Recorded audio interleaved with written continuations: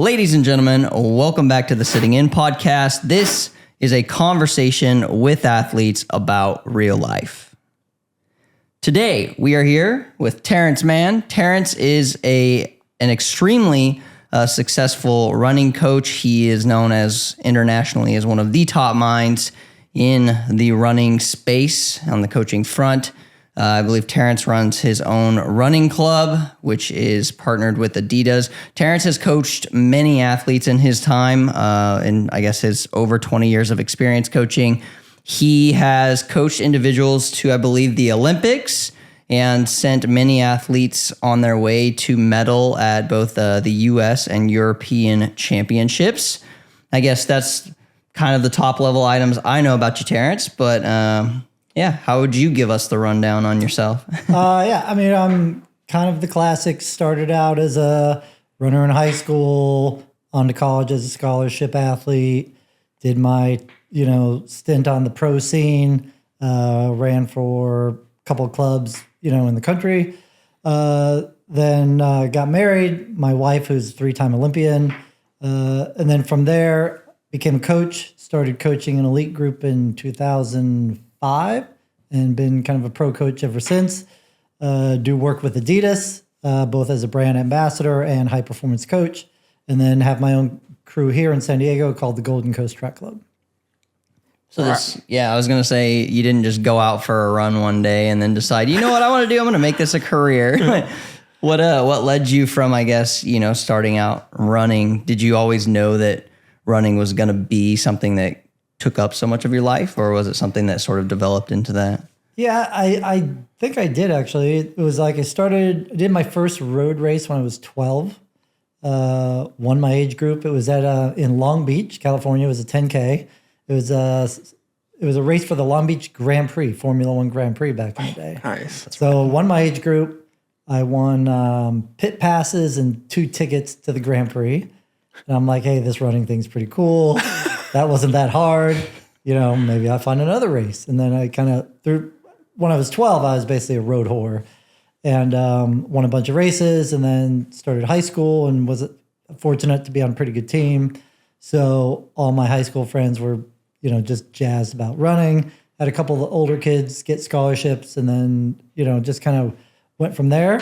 And then when I went to college, it's like I majored in English and then had a minor in philosophy, but my brain was always running. You were majoring in running. Yeah.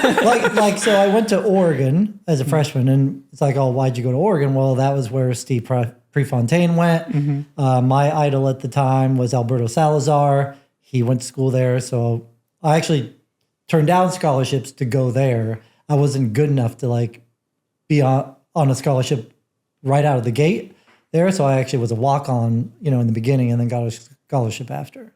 But yeah, it was pretty much, I don't know, it was just something about running that clicked with me. And then it was just spent, the rest of my life just working on the mastery of that.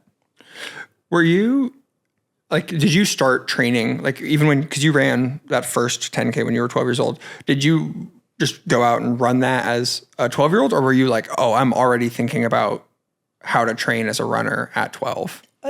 So I had 3 older brothers. 2 of them ran cross country in high school. Mm-hmm. And my junior high school, we had, at junior high, we had to run a mile every week, at gym class. Oh, wow. So in gym class every week, we ran a mile. And one of my friends he was an 8th grader, I was a 7th grader. And we would have gym class opposite hours, And then I'd be like, oh, what did he run? And then, okay, I'm going to try to beat that.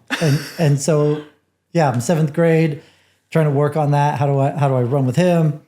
So then you start talking to him. It's like, and then, I bought a pair of spikes and try to figure out how do I get faster.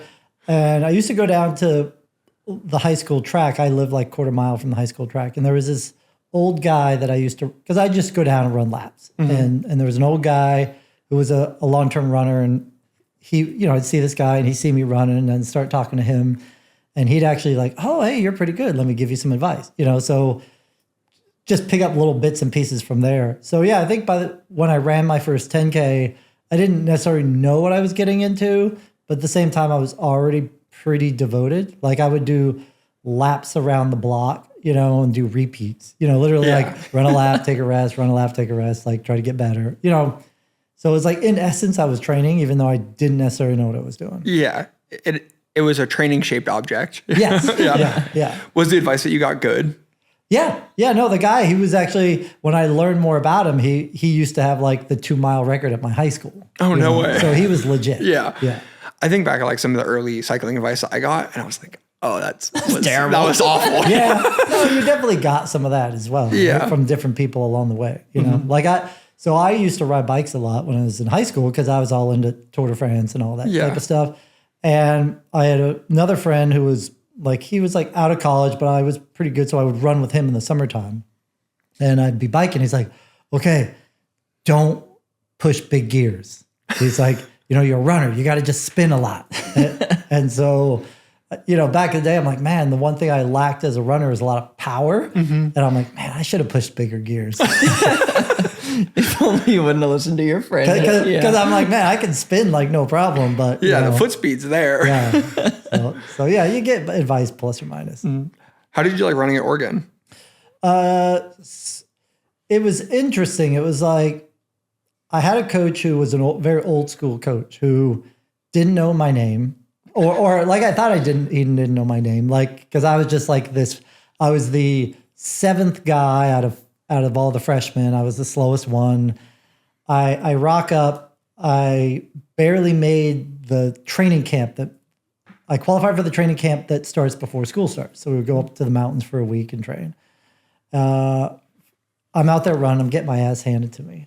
And all I know is he comes up to me, grabs my cheek, and he just, because I was like probably 20 pounds too heavy. And he literally goes, "No dessert for you this week, fella." That is old school. Yeah, and I'm in school. I was like the slowest guy, so I slept on the couch in this cabin.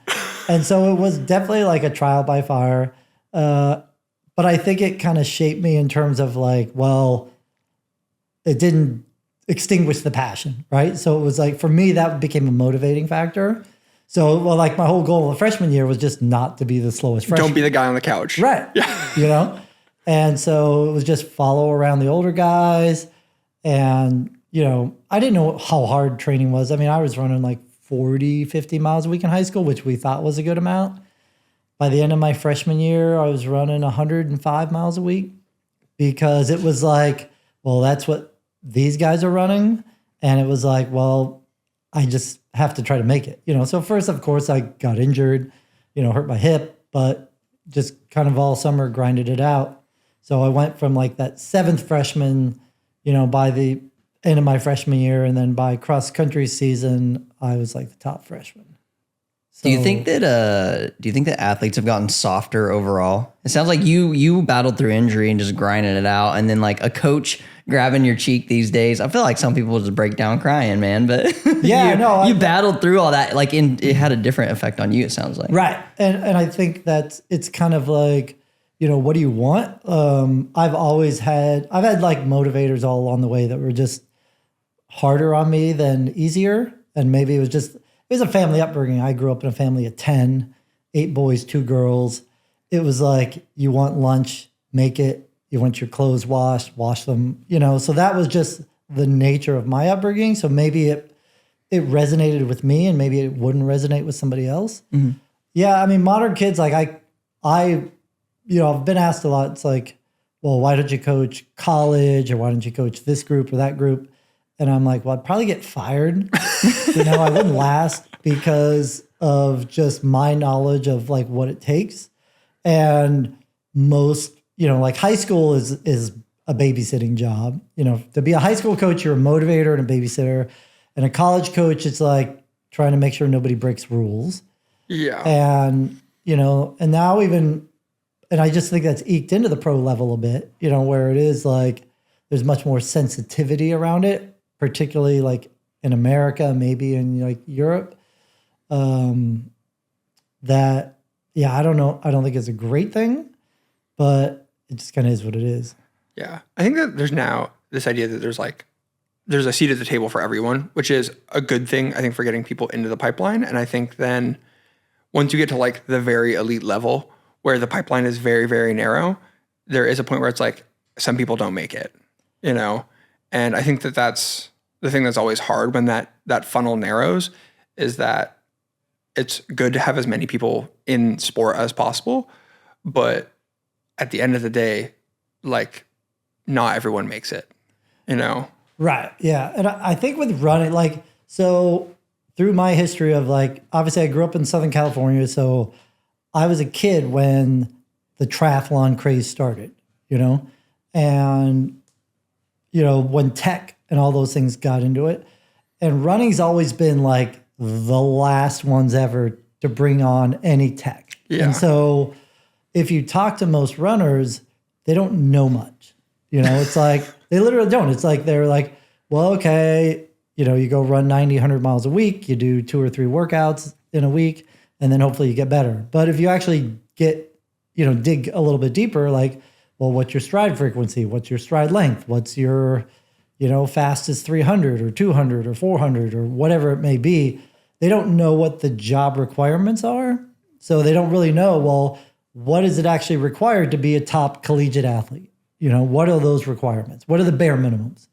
And then, okay, what's it take to be a national class athlete? What's it take to be a world class athlete? So I end up having those tough conversations with a lot of athletes coming out of school, because everyone sort of still gets to have that delusions of grandeur, because the sport has proliferated more. So there's more opportunities for the not top people to kind of continue to pursue the dream. But a lot of those athletes still don't know what it is. You know, they're like, you'll ask them, oh, what's your goal? It's like to make an Olympic team. And you're like, let's say it's a 1,500 meter runner. You're like, so what time are you going to be able to have to run? You know, you're going to have to run for the last 400 at the Olympic trials, you know, and then be like, well, what is your best time? What have you done? You know, how are you going to bridge that gap? So I think that's where running needs a lot of work. Yeah. Do you think that letting that kind of, because I mean, if someone's working with you, they've made it basically all the way down the pipeline. Do you think that letting people kind of get all the way to there, and if they just don't have it, do you think that's doing them a disservice? Like, do you think someone down the line should have been like, Hey man, like, you're not, pull the plug. Absolutely. Yeah. I mean, I get flustered and a bit frustrated with, I'm like, because one of the classic things I'll do, like, I'm a big one for running mechanics, right? And to give like background, like most coaches in the collegiate level, we're either former top sprinter or a distance runner. Those tend to be the people who end up being like head coaches. It's always a distance runner who's coaching cross country. But most of those guys just go into it because they love the sport and, hey, it's a decent job, you know? But they came from an era that they don't know anything, and they're not really penalized by not knowing anything, because the network of like good jobs is still like who you know. And so I'll get kids and I'll be like, all right, well, what are the drills you do like before your workouts or before you go sprint or run fast? And they'll be like, I do a couple of these and a couple of those. And then I'm like, all right, well, show me. And then it's like terrible, you know, like it's just, there's been obviously no coaching about movement, you know? And I'll be like, so did your coach teach you these, or how? He's like, oh yeah, no, I just said kind of go do your drills thingies, and you know, we'll start practice in 5 minutes. You know? Yeah. So it is unfortunate, because then by the time they get to me, there's certain things like only so many things you can fix, you know. But if I know what the limitation factors are of not having those right, then yeah, that is a disservice. Yeah.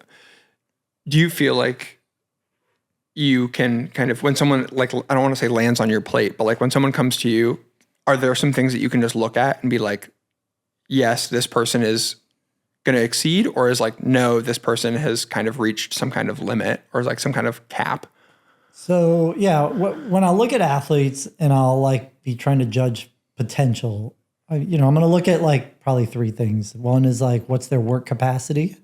You know, because we know, okay, you got to just put in X amount of hours, right? And are they like strong enough? Are they, you know, does their body hold up to the volume and intensity? So that'd be one.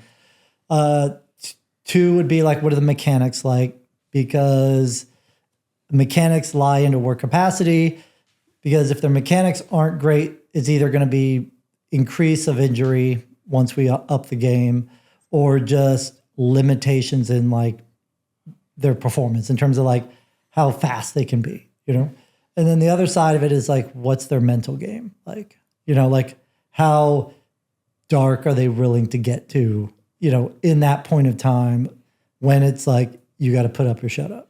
And so it's like, you can kind of see it in practice, you know, it's all the best athletes I've always had are the ones like I got to put a leash on more than push along, you know? So it's like, if an athlete's coming to practice, they're not amped up, motivated, if they're afraid of the workouts, it's like, you're only going to go so far. Yeah. It's the people that you have to be like, hey, stop. Yeah. Yeah. Like, hey, this is enough. Right. Yeah. Like it's literally kids where I've like, you know, like I've had, you know, I'll take, for example, I had a woman who was, she started out, came to me as a steeplechase runner. She was made Olympian as a steeplechase and came to me after that. And, you know, her mechanics weren't great. And I'm like, okay, so, but she was a really good athlete. You got to be a good athlete to be a steeplechase runner. So instantly, like within like 2 weeks of like working on educating her on like the science of the biomechanics, and then B, teaching her how to do it in drill form, like she just immediately changed. And I was like, ooh, okay. I've not had too many athletes that could just get it that fast. And then her like stride rate and her speed just went insane. So immediately got faster within 2-3 weeks. And you're like, okay, this is like not normal. Yeah. Right? And, you know, so it was like someone like her where it was all of a sudden like, then she's ripping it. All of a sudden she becomes an 800, 1500 runner instead of a steeple, you know, totally different events. Yeah.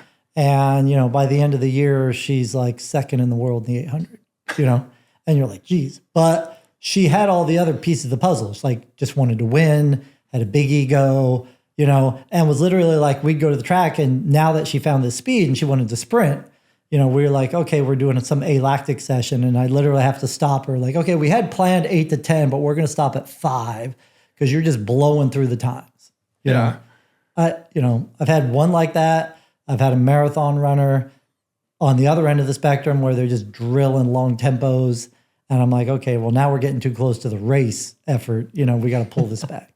Yeah. You know? But yeah, it's nice to have those athletes because then, you know, it's like my skill. I tell people it's like, I'm the one you go to for the last 1-2%, you know, so you got to have done the other 98% first. And then I'm going to find that last piece of the puzzle that you haven't seen yet. But like, I'm not overly excited about the first 90%. Yeah. Yeah. The 90 to the 100 is kind of where it gets interesting. Yeah. Because I know more than Dalton does about you because you've also now ran everything, right? Like you've done, I think like the shortest stuff that you did was.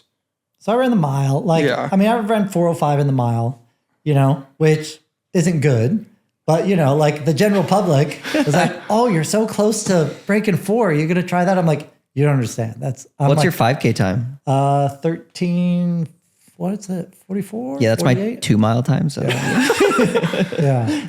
And then, you know, I ran 1:03:37 for a half marathon and then 2:13:02 for the marathon. That's a pretty wide range of distances. I mean, we both come from a cycling background. Yeah. The idea that someone would run or would do like a race that's an ultra short race, like I would consider the mile. I'm obviously less educated than you are. But the idea that to span the distances from a mile to a marathon seems pretty wild. Is that normal? I mean, the traditional path to the marathon, I mean, in high school, it was a mile and 2 mile, right? Mm-hmm. I mean, they have the 800, you know, but I knew pretty early on I wasn't fast. So I ran the 8, you know, I've ran like 1:58, like, you know, which is not good. But, you know, so it's one of those things where it's like, well, you could, ride a kilo on the track. And it's like, to me, what you do is really fast. But to the top pros, it's not fast. I mean, that's what I'm saying. My 405, it's like, ooh, it sounds kind of fast, but the world record's 343. So not fast. Yeah. But no, the traditional path has always been, or at least for a long time, you start as a miler, what's your finishing kick like? Not great. Move up to the 2 mile, how are you? Okay, a little better there. Okay, when you go to college, then if you're a 2 miler in high school, then in the college, you become a 5K, 10K runner because that's just the normal path. 400 meter runners in high school usually become 800 meter runners. 800 meter runners become milers and maybe onto the 5K. And then your pure 10K runners in college are just straight out to the roads and the marathon, And then the good 5K, 10K people take a while, I think the issue is it's like being good at the marathon, like it's an accumulation of work. And so it takes a while. It takes multiple, let's say, training cycles just to get your body like going, Yeah, you have to spin your gears for years just to even. And just the loading on your muscles is a bit different than, it's not just like a calorie consumption or just, you got to sit on your bike for 4 hours. It's like the pounding you get running repetitive 20-mile runs and things like that. Like it's a joint ligament type of tendon stress thing that has to like take a while to build in, without just blowing out. And I guess this is interesting. So where have you gained most of this knowledge over your years? Because you said you went to school for English, right? And the funny thing there is I feel like most people who end up coaching athletes in some capacity end up doing it through like the realm of kinesiology or something in school, but you chose English. So my question is, where does your depth and breadth of knowledge come from? Because it's like you're looking at things obviously far and beyond, like you even said, it's like they're coming to you for the last 1%. They already know how to go do intervals and like whatever that looks like, but you're coming to it from like a physiological perspective. You're talking about that mental part of things. You're talking about joint and ligament and like the potential damage and repetitive, ramming on that. So where do you gain that knowledge at? I'm big into self-education. Cool. And so I think philosophy, English, those things taught me how to think and then like be a good critical thinker. And then I was fortunate to be around gurus in these different areas. So one of the guys who coached me at the end of my career was one of the foremost U.S. coaches who was a PhD in exercise physiology. And so he literally used to take me after practice every day. We'd go get coffee and he'd just talk training. And he's going through the chemistry, Krebs cycle, ATP, all that kind of stuff. And I'm like, all right.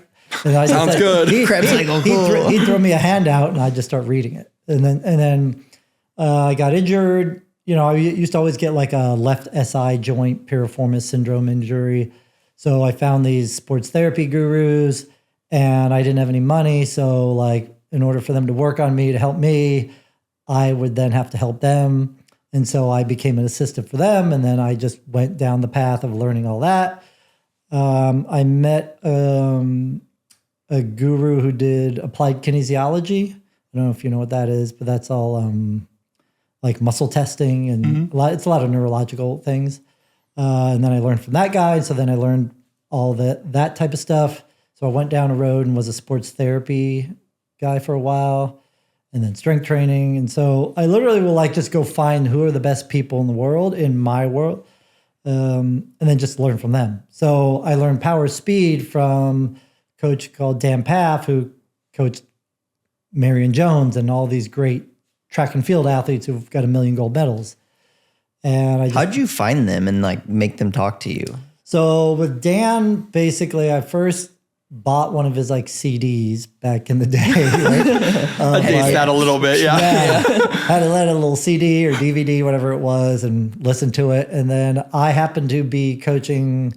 So I was at World Champs and had a couple of my athletes there, and he was there with a couple of his athletes. And, we're on the U.S. team, so everyone's sitting in the same cafeteria. And I just walked up, "Hi, Dan, my name's Terrence."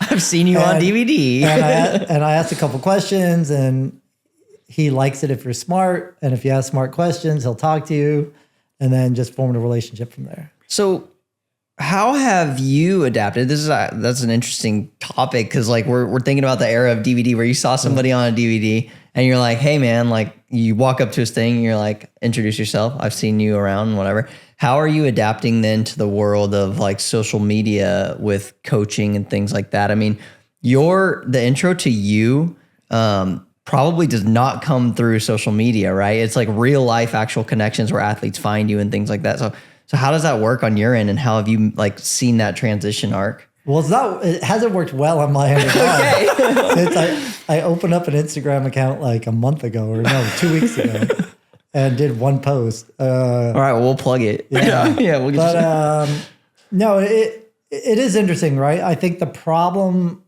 with social media is it's hard to discern what's good and what's bad. Agreed. Because you have a million people out there now trying to do their coaching hustle, and here's what you need to do to run a faster 10K or whatnot, or here's what you need to do in the gym. And I really try to be positive. So it's like, when my wife is like, my wife was literally, I'm like, she's like, you need social media. And then she goes, wait, no, you don't. Uh-oh. Because I can be hypercritical. So I'll like see people on there and like, you're like, oh my God, this guy got 1 million views. And this is the ugliest looking step up I've ever seen. You know? And like, so I'll listen to like the Hubermans and the Peter Attias and and I'm like, then I'll watch some of these things and I'm like, that's just crap.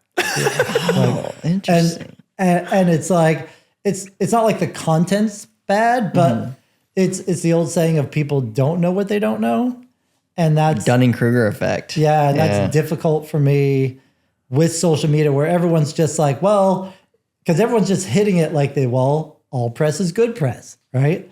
And so they don't necessarily care if it's like perfect, good, bad. And that really is troubling for me. So it's like, I don't really want to be a part of the social media world unless it's like I can offset that somehow. Do you think for the general everyday runner, they could gain a lot from that? I feel like the elite athletes should know better. I don't know. I think they should know better too. Okay. Sounds like they might not though. Yeah, no, I literally like, so I'll go to like training camps. Yeah. And obviously I work with Adidas, so I'll like obviously particularly pay attention to Adidas athletes, but our athletes will train with athletes from other groups and whatnot. And yeah, I'm notoriously like, I'll be in the gym, I'll be at the track, and I'll be like, hey, okay, that thing you're doing over there, like just do this a little bit different. Don't do that. Yeah. Like, or why are you doing that? Who taught you that? So no, it's like there are very few athletes that really have it connected. Unfortunately, some athletes are just great, like it's like, hey, they look great. Their form is just naturally good. How it got there, I don't know. Maybe it was just genetic. But everyone else, it's like not so great. But my issue with most athletes, I think now, and maybe it's probably social media is what social media doesn't get, is athletes have a very poor, what I would call kinesthetic awareness, if we know what that means. It's like, so their understanding of like how their body is in space and how they're moving. And so it's like, they'll like think they're doing things well. And then you'll actually have the video and then show them like, oh, I thought I look totally different. It's like, nope. So this is the concept that they feel in their mind and body and what their motion looks a certain way when they're picturing it from like a third party perspective. But then when you show it to them, there's a disconnect. Right. Okay. And that's what you're referring to as like kinesthetic awareness. Right. So like I'll give it my athletes, like I'll write their strength training programs and I'll be like, all right, I'm going to put a program and then, oh shoot, I need to find a video because I'm pretty sure they're not going to know what this thing is. So I go to YouTube, I scroll through, try to find the best video I can. Scroll through 100 videos. And I'm like, oh, not good. Okay, here's a decent one. And I'll send it in a link. I'm like, do it like this, And then I'll go meet up with them, for the next time we're at the gym. And I'll see them. I'm like, so what are you doing? And they're like, oh, well, I'm doing the such exercise. I'm like, really? Like, it's not the one I see the same video, So it is. So I joke with my wife because every time I write a new program, I'm like, okay, well, this won't be very hard. We're getting closer to the season. I don't want to make it too technical. And, she'd take him like a half hour in the gym. And then I walk out of the gym 75 minutes later and I look at my wife. I'm like, oh, what did I do? How does your wife feel about the same stuff? and social media. Yeah. She's an Olympian, right? So she probably has a lot of opinions on these things as well. So like, what's her general take on? It's interesting because she was that more instinctual athlete. Okay. Like there were things that she just did and just knew how to do. Like that for her were just common sense. Like tactics, like what do I need to do to prepare, like visualization. So for her, as she got kind of into the coaching world and helping me, she was just like, she would come home and go, I didn't realize these athletes don't think like this. And I'm like, not everyone's like you, Jen. You know, it's like nature versus nurture battle over here. And she was just like, well, I just thought it was common sense. Like I would do my evening runs and I'm just running easy for 30 minutes. But the whole time I'm running, I'm visualizing what's the next race? What's my goal? Who's my competitors? How do I beat them? Where do I want to be in the, like she would just go through that loop and she would just go over it and over it and over it. So it was just automatic.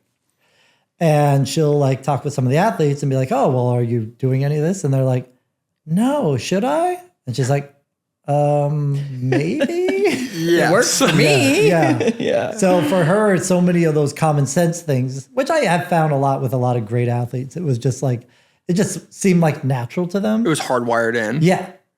Like she just knows how to win, you know, like knows how to get on a team, knows how to like, if she was having a bad day, just not feeling well, knew how to maximize the potential, didn't understand why you would just like cash your chips out. You know, so for her, there's some frustration of like, why is that athlete just not even trying? You know, like I get it, you're having a bad day, but you're not always having a perfect day. I feel like that's always the hardest thing to coach in people.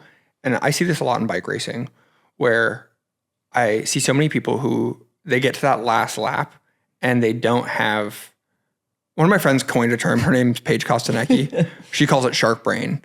Where you ask her like, well, what happened the last 2 laps? She's like, I don't know. I blacked out, woke up covered in blood. Mm-hmm. Where that like that last minute of like, hey, it's now or never. Like this is when it's going to happen or not, is something that I find it almost impossible to teach someone. In bike racing, this idea where it's like, oh well, I was getting squeezed against the barrier. And then it's like, well, yeah, that's what happens. If you go into the barrier, sometimes you go into the barrier. Sometimes you crash, but like, that's what it is. And you see it click with some people where they're like, oh, okay. Yeah, like if I'm going to win races, sometimes I have to hit the ground. And then sometimes you say that to people and they look at you like you're nuts. And I feel like that is it for me. Is that the tell? Is that the tell where, do people have that like, okay, cool. If this is what it is, then that's what it is. I'm going to do it. And then some people are like, oh, well, that's what it takes. And you have to be like, yeah. Do you think that's teachable? Like, I mean, I know, I listened to Michael Phelps's coach talk one time. I was at the Olympic Training Center in Colorado Springs and he was giving a talk of, they were working out wherever, was it Maryland or somewhere. And, at some point in time, the power went out and like no one could see. And it was like, Michael just kept swimming. And it was like, I have to finish the intervals. Like, and everyone like stops and Michael's like just bang, bang. And the coach was like, yeah, so it was a good learning experience. You can't control the environment. You can't. Mm-hmm. And he basically told the talk because then it was leading into Beijing, maybe? Yeah, leading into Beijing. And one of Michael's races, like, dove into the pool and his goggles were loose, filled up with water, couldn't see for the whole race. And he wins the gold because he just had learned, like, his stroke count and just knew, okay, this is when I flip, turned, and just... So he just immediately straight into, like, there was no, oh, my gosh. There's no panic. Yeah. Easy plan B. But... it's Michael Phelps, Yeah. So I don't, I think it's teachable. I just think it has to be teachable young. Yeah. Like you either learn it because it's something you had to learn to survive, or you had the fortune of having a coach or mentor that was trying to teach you, like, this is just the way it is. Like you ever heard of, I like to try and find motivational like things on YouTube for my kids to watch. And I found one time, you ever heard of this guy, Eric, the hip hop preacher? No. He's pretty funny. Like he's now gotten pretty big. This was like 8-10 years ago.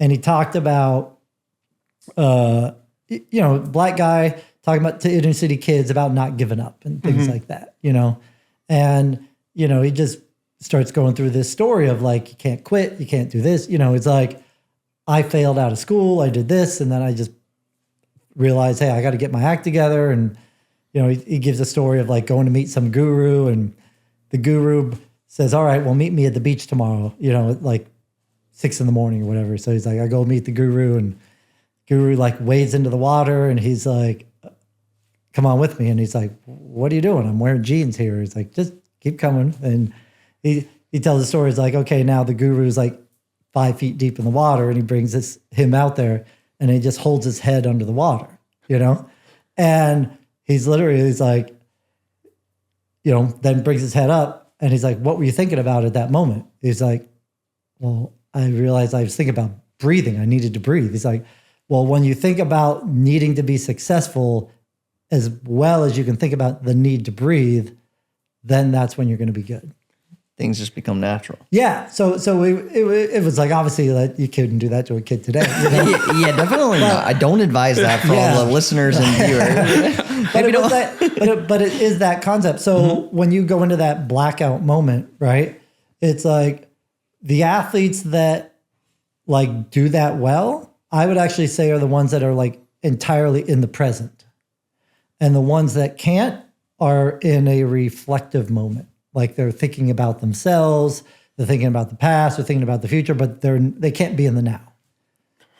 So I've had athletes, and so the way I would try to like get an athlete to try to understand that is I would just put them on, we'd go to the gym and we'd like lay on like the steps or something and be like, all right, just want you to, lay down, put your hands on your stomach. And I go, and I want you to breathe 20 times. Just breathe in, breathe out, follow your breath in and out. Kind of meditation, right? And then I'll be like, okay. And then when I stop, I go, how many breaths did you make until you stopped thinking about your breathing? And, like kids like, 3, 7, So it showed like the distraction of focus. It's like you got nothing to do but just breathe in and out. So it's like, if you can't do that, how are you going to maintain that level of focus now when the heart rate's at 190 and you got lactic up to your ears? And there's 7 dudes around you who all are trying to get what you want. Yeah. I always it's that the mindset thing is always, I think, what is. It's been the common thing. And it's so funny that like every person has a different. Everyone we've talked to is like, if you ride your bike and you run, you'll get strong. If you eat well and you sleep well, like all of that stuff. And the through line that we've had in every single one of these episodes and talks is that like what separates the top of the middle from the bottom of the top is the people who are at the bottom of the top. That jump happens when it's like when something clicks in their head. Where do you see that click happening? Like you talked about, like, well, you work on the last 2%. Do you see it even that late, where it's like people are coming to you for the last 2%, and you're like, oh, even at this stage where they've done all the hard work, they just like don't have that race day switch that flips, and it's like they line up and all that they can think about is the fact that they need to win this race. Do people get all the way down that pipeline and still end up there? Yeah, definitely. I had an athlete who came to me, and she was a great, like in college, she was a good 400, 800 runner, made the Olympic trials. I think she made the final in the 8 and the 15, right out of college. She finished, 5th or 6th in each race. So quite good. And then didn't come to me till like 2 or 3 years later. And as we're kind of developing her, like the fitness gains all jump, does her first nationals and just bombs, and at that point we realized, okay, there's a mental obstacle here. And then we just kept working it, and all of a sudden it clicked. And then she was one of the best in the world. Unstoppable, yeah. And then, so it's an interesting, so for me, when when I've looked at great coaches, like, and you start to look at, okay, well, this is a great coach. What athletes have they had and how are they successful?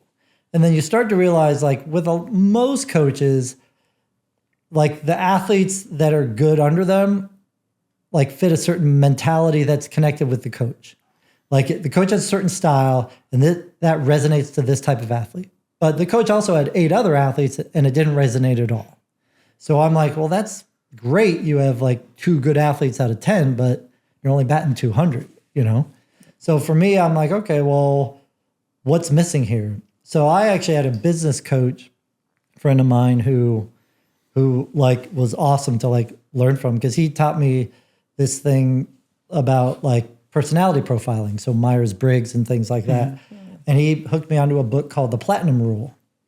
And so you know what the golden rule is, right? Mm-hmm. Yeah. So the platinum rule is basically the opposite of the golden rule. And it's like do unto others as they want done unto them. Ooh. And so the difference being that, you know, instead of it all about you, it was like, okay, I'm going to take you, Max. Where do you come from? What are you about? What's your upbringing? And how do you see the world? And then say, okay, well, now I have to talk in your language to be able to move the needle. So for example, like you'll have and then he came out with a book and it has these personality profiles and so on and so forth. So you have certain personality profiles of like, if you ask an athlete a goal, right? So a certain type of athlete is just going to put to the mountain type of goal, mm-hmm. right? And they're like, shoot for the moon, and it's that or bust. And then you have some athletes that are like, I think I could be this good, right? So if you try to bring shoot to the moon coaching to the athlete that's quite conservative, it doesn't work, right? So it's like, okay, how do I move the needle to an athlete who thinks very conservatively within their own self, yet we still make improvements? So I can't talk to them like I need to talk to the athlete who's just going to take the big swing, you know? Then I'll have an athlete who's like somewhere in the middle, you know? So like my wife was never a shoot for the moon type of mentality. Like she like kind of played within the system. She was really good at knowing her strengths and weaknesses, but she didn't want to go out on a ledge that she knew she couldn't, hold on to. Yeah. So it was like, okay, so how do we just inch out her ledge a little bit? But we have to do it in a language and a style that was just that step by step by step, So for me, then the coaching element becomes, who are you? What's that style? Okay, how do we, because, you could like an athlete that's very like kind of big personality, ego driven, you like lay into that athlete, useless for a week. Yeah. Right. So it's like, I have to think about, how important is it for me to lay into this athlete? And do I have the time to deal with the aftermath? So then at least it gives me an educated decision of, yeah, this athlete's really screwing up and I know it's going to be a week of crap, but we really need it to move forward. Then maybe I'm going to make that jump, right? But if it's 2 weeks before nationals, time, right? You're great. But my shoot for the moon person, yes, I'm going to lay the hell into them because they can take it. It's almost a motivating factor. It's like they need the slap in the face and be like, oh yeah, you're right. Yeah, I'm aiming all the way up there and anything else that's moving me is unacceptable. Yeah. So you have to know the nuance of it, And then for that, you got to know, what are the parents like? What did they grow up? There's so much background to it. I was going to ask how much of that mentality, right? The ego-driven, shoot for the moon versus the conservation mentality.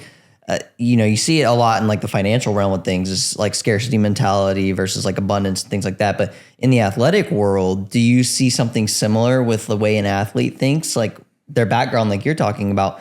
Do you think that drives that mentality quite a bit? So if they grew up in a certain, say, environment, SoCal, for example, is where you grew up, right? So coming from SoCal, do you have any kind of predisposition to be a certain way as an athlete, either conservative or shoot for the moon based on your environment growing up? Yeah. I mean, a couple stories. In our world, a lot of colleges like to recruit kids from the Midwest because it's they're just tough. They handle tough winters. They just not a lot of opportunities, and they're just grinders. So like a good Midwest kid is like a great distance runner, you know? So that there's a prevalence of that, you know? My older brother, he has a son, and he was like pretty talented. Like our family's been decent athletes. So it's like, he's running pretty well. My brother called me up. It's like, yeah, I don't know. He's just like, he's getting to that point in the race, and it's just like, he's not digging in. And I go, my man, you live in Manhattan Beach. Your kid is like a half mile from the beach. You drive him everywhere. Like, where did he learn toughness? You know? And he's like, oh, you know, like the greatest guy, considered one of the best distance runners ever in the world is this Ethiopian guy, Haile Gebrselassie. Okay. Grew up in a hut with like 12 siblings, right? And they would have to hike 2 miles to get water, the whole story, right? Becomes, you know, double Olympic champ multiple times. And they do this, you know, documentaries on him. And one of the world champs, he wins a Mercedes. You know, it's like brings, you know, so it's like he's all psyched. He's got a Mercedes. Now he's married. He's got kids.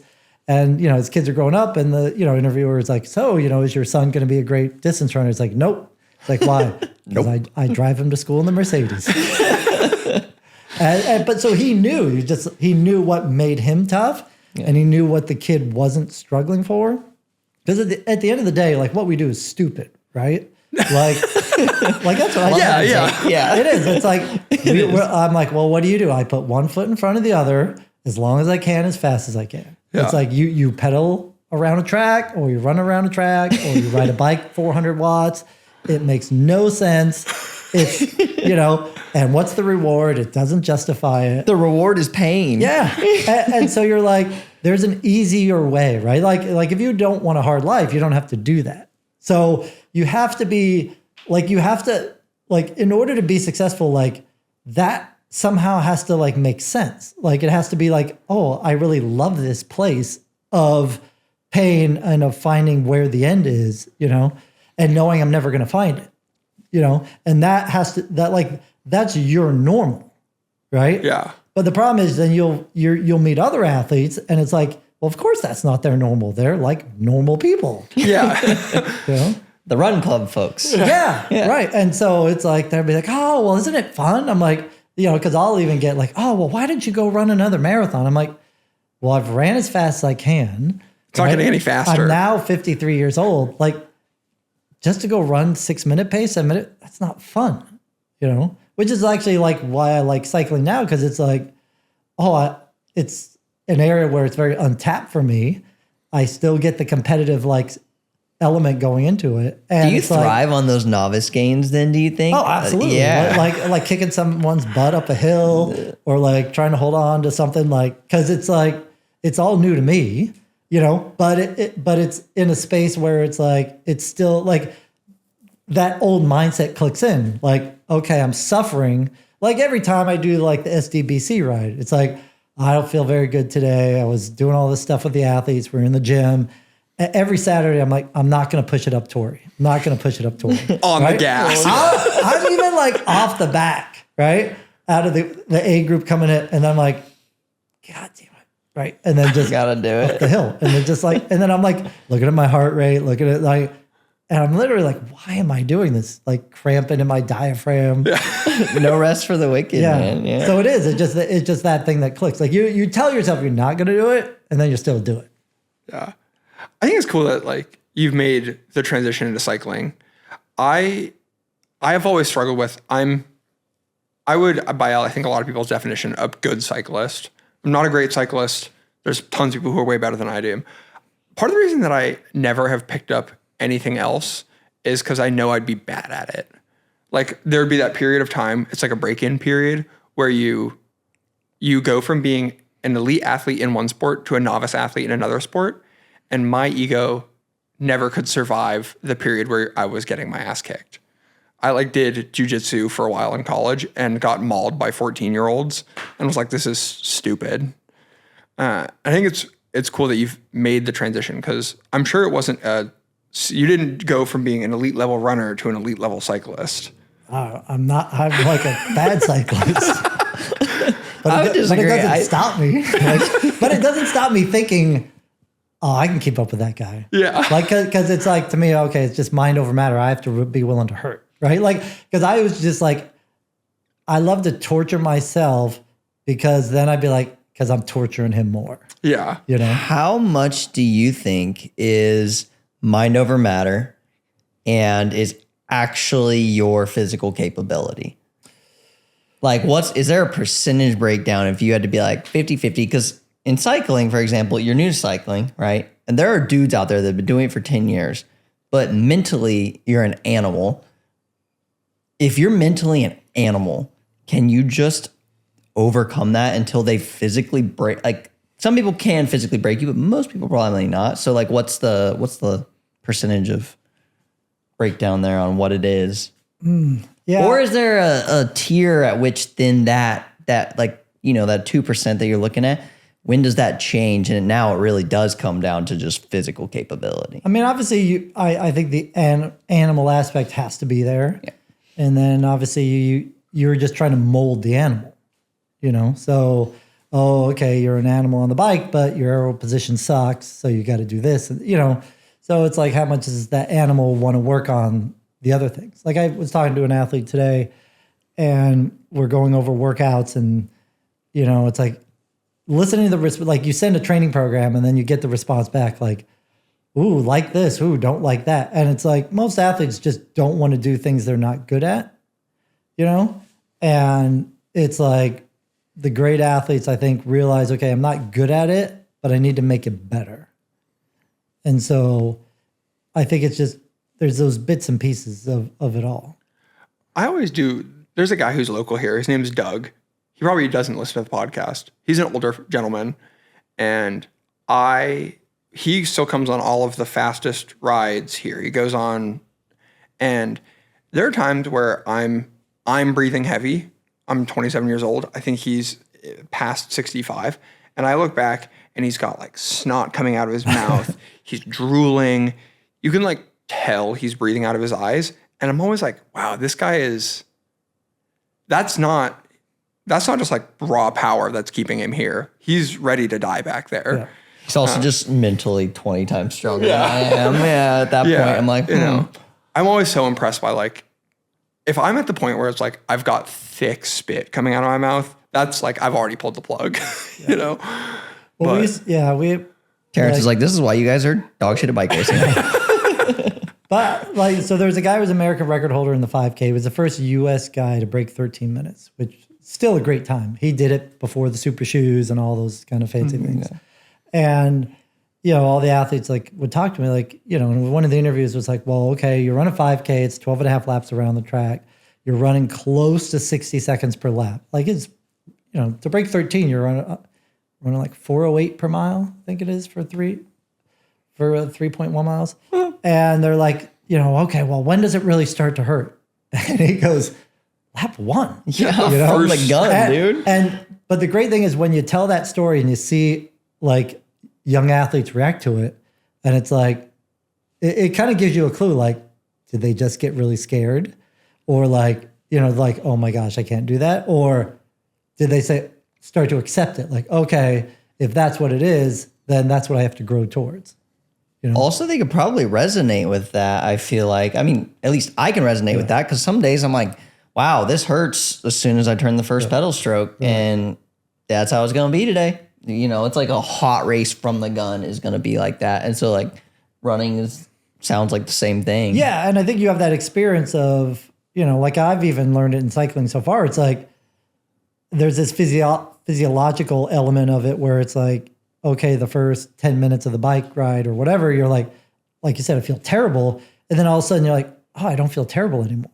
Yeah, it just like changed. That was like my marathon PR was like that first 10K. I'm like, this is not going to be a good day. This is a rough one. And then it just clicked. And then it was like, oh. So it's like things settle down. You could talk about why that happens. But if it's just like, if you didn't accept that's what it was going to be for that first part, then you don't even get the opportunity to know if it's going to change. Yeah, if you had pulled the plug on it, you get 10K into your first marathon, and you're like, oh, well, I feel bad, so we're going to call it. Yeah. Then you don't run the PR. Yeah. Some of the best days are the worst days to start, that's for sure. Yeah, I've we seen used to power talk PRs. about if you had a bad warm-up that was usually a good workout or a good race. And if you had a great warm up, usually terrible. But I think it's just perspective, because all of a sudden you have this great warm up. Oh, I'm going to feel like $1 million. And then the race is hard. You're like, I don't feel so good anymore. It's like, you don't operate under the assumption that it's all going to feel bad, right? But you just accept that it's going to feel bad. How does that translate to life?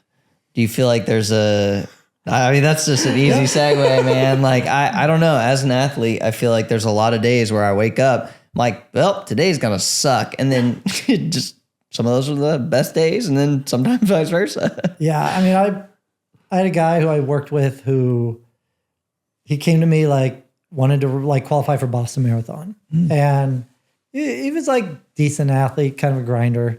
But he's worth like, when I met him, he's like multi-millionaire, And so as we get to kind of talking, it's like, okay, so how did you make your money, win your business, whatnot? And he's like, yeah, I literally didn't go home for like 5 years.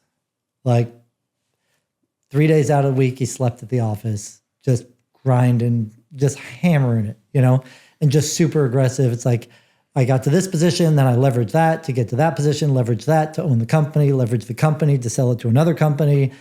Now I'm running the company, VC group bought it, and now he is where he is. And it was just like, so he's like, yeah, I missed first 5 birthdays of my kid, And it was just like, but I wanted to be successful. So it's one of those, not necessarily functional, but I know a million stories like that of like, well, what are you willing to sacrifice type thing? So it's the problem now, I think, is, and I get hated on for this one. It's like there became this whole thing of like, we all need to be like rounded and normal.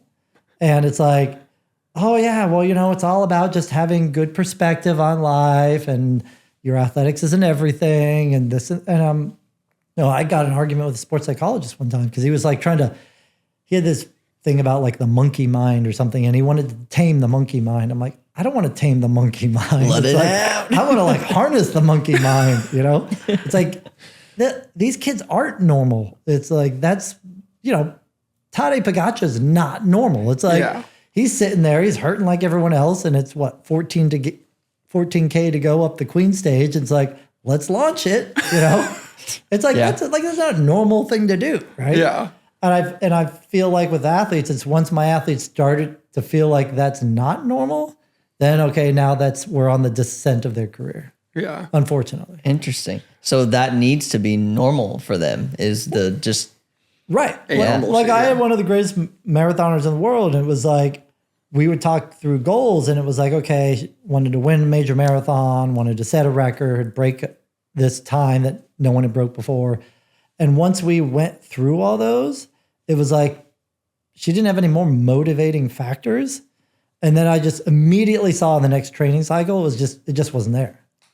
But like she thought it was still there, but it wasn't, And so then you have to have that conversation, And you saw it before she did. Yeah. Oh, I mean, because I have a new worst fear. Unlock. Well, just because you're objective, right? Yeah. Like you've seen it and you see like the fight in them, and then it's like, it's that thing of like, you have this, you're constantly trying to push the pain barrier out, right?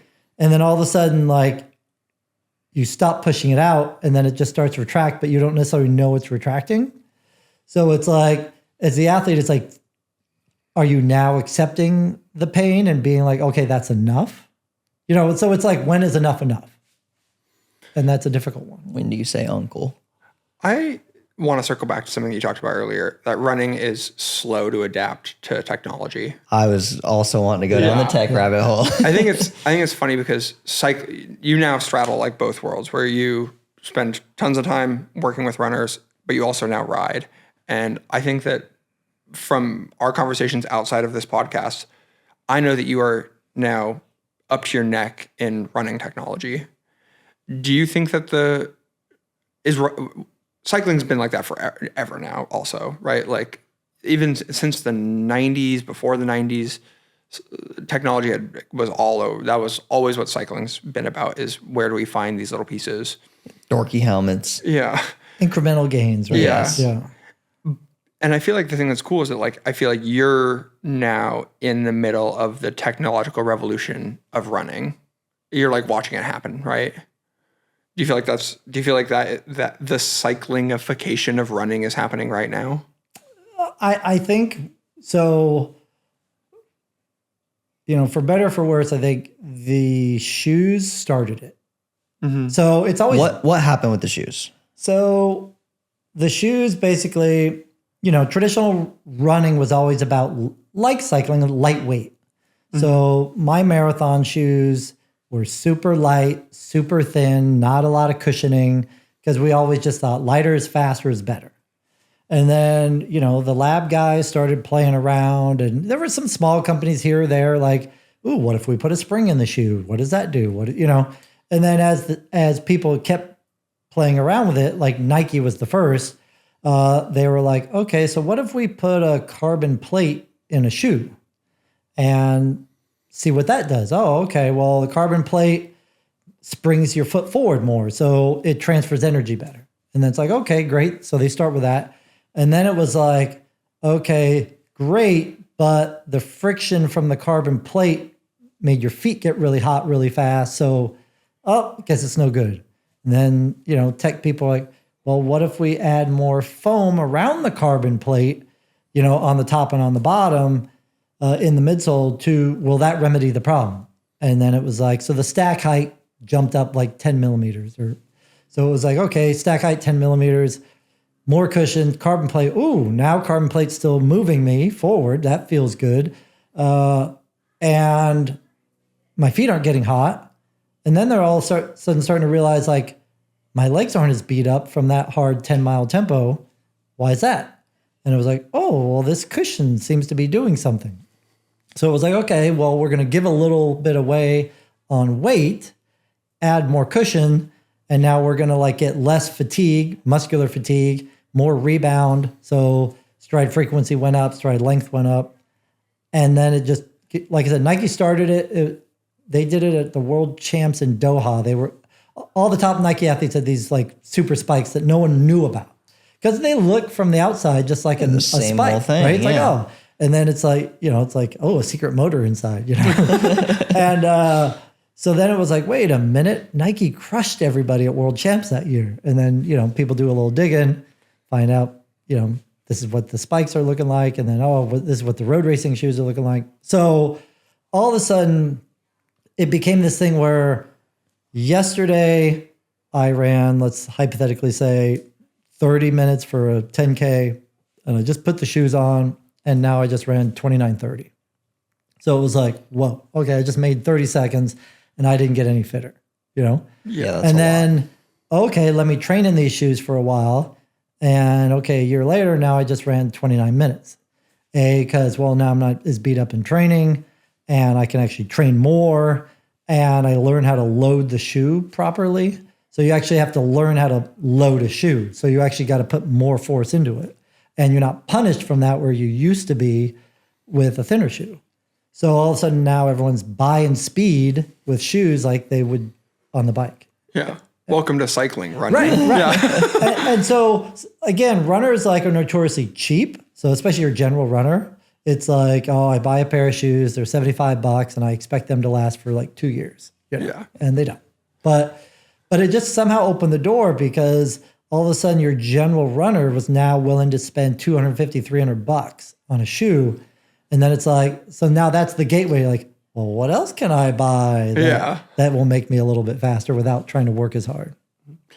Do you think that because I think cycling was also relatively early into some of the training science too, where I think that, you kind of communicated this earlier, that there's a lot of people who get very fast in running and they're like, oh, well, I have 3 easy days and 2 hard days, and I just go out there and I run 120 miles a week, and that gets me faster. Do you see that trickle over in not necessarily the production of goods, but that training science? Or has that been in running for longer than I think it has? Because I don't know anything about running. So heart rate monitors have been in running for a while, but most people who are wearing a monitor, if I went and asked them oh, so did you go get a lab test? Be like, what's your numbers?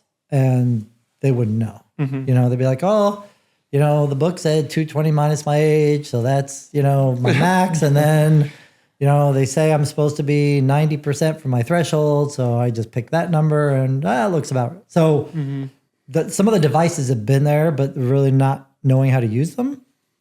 I think probably the biggest trickle down for us came through. So if we go back a little bit, starting, let's say, kind of African dominance in running probably started at the early 90s.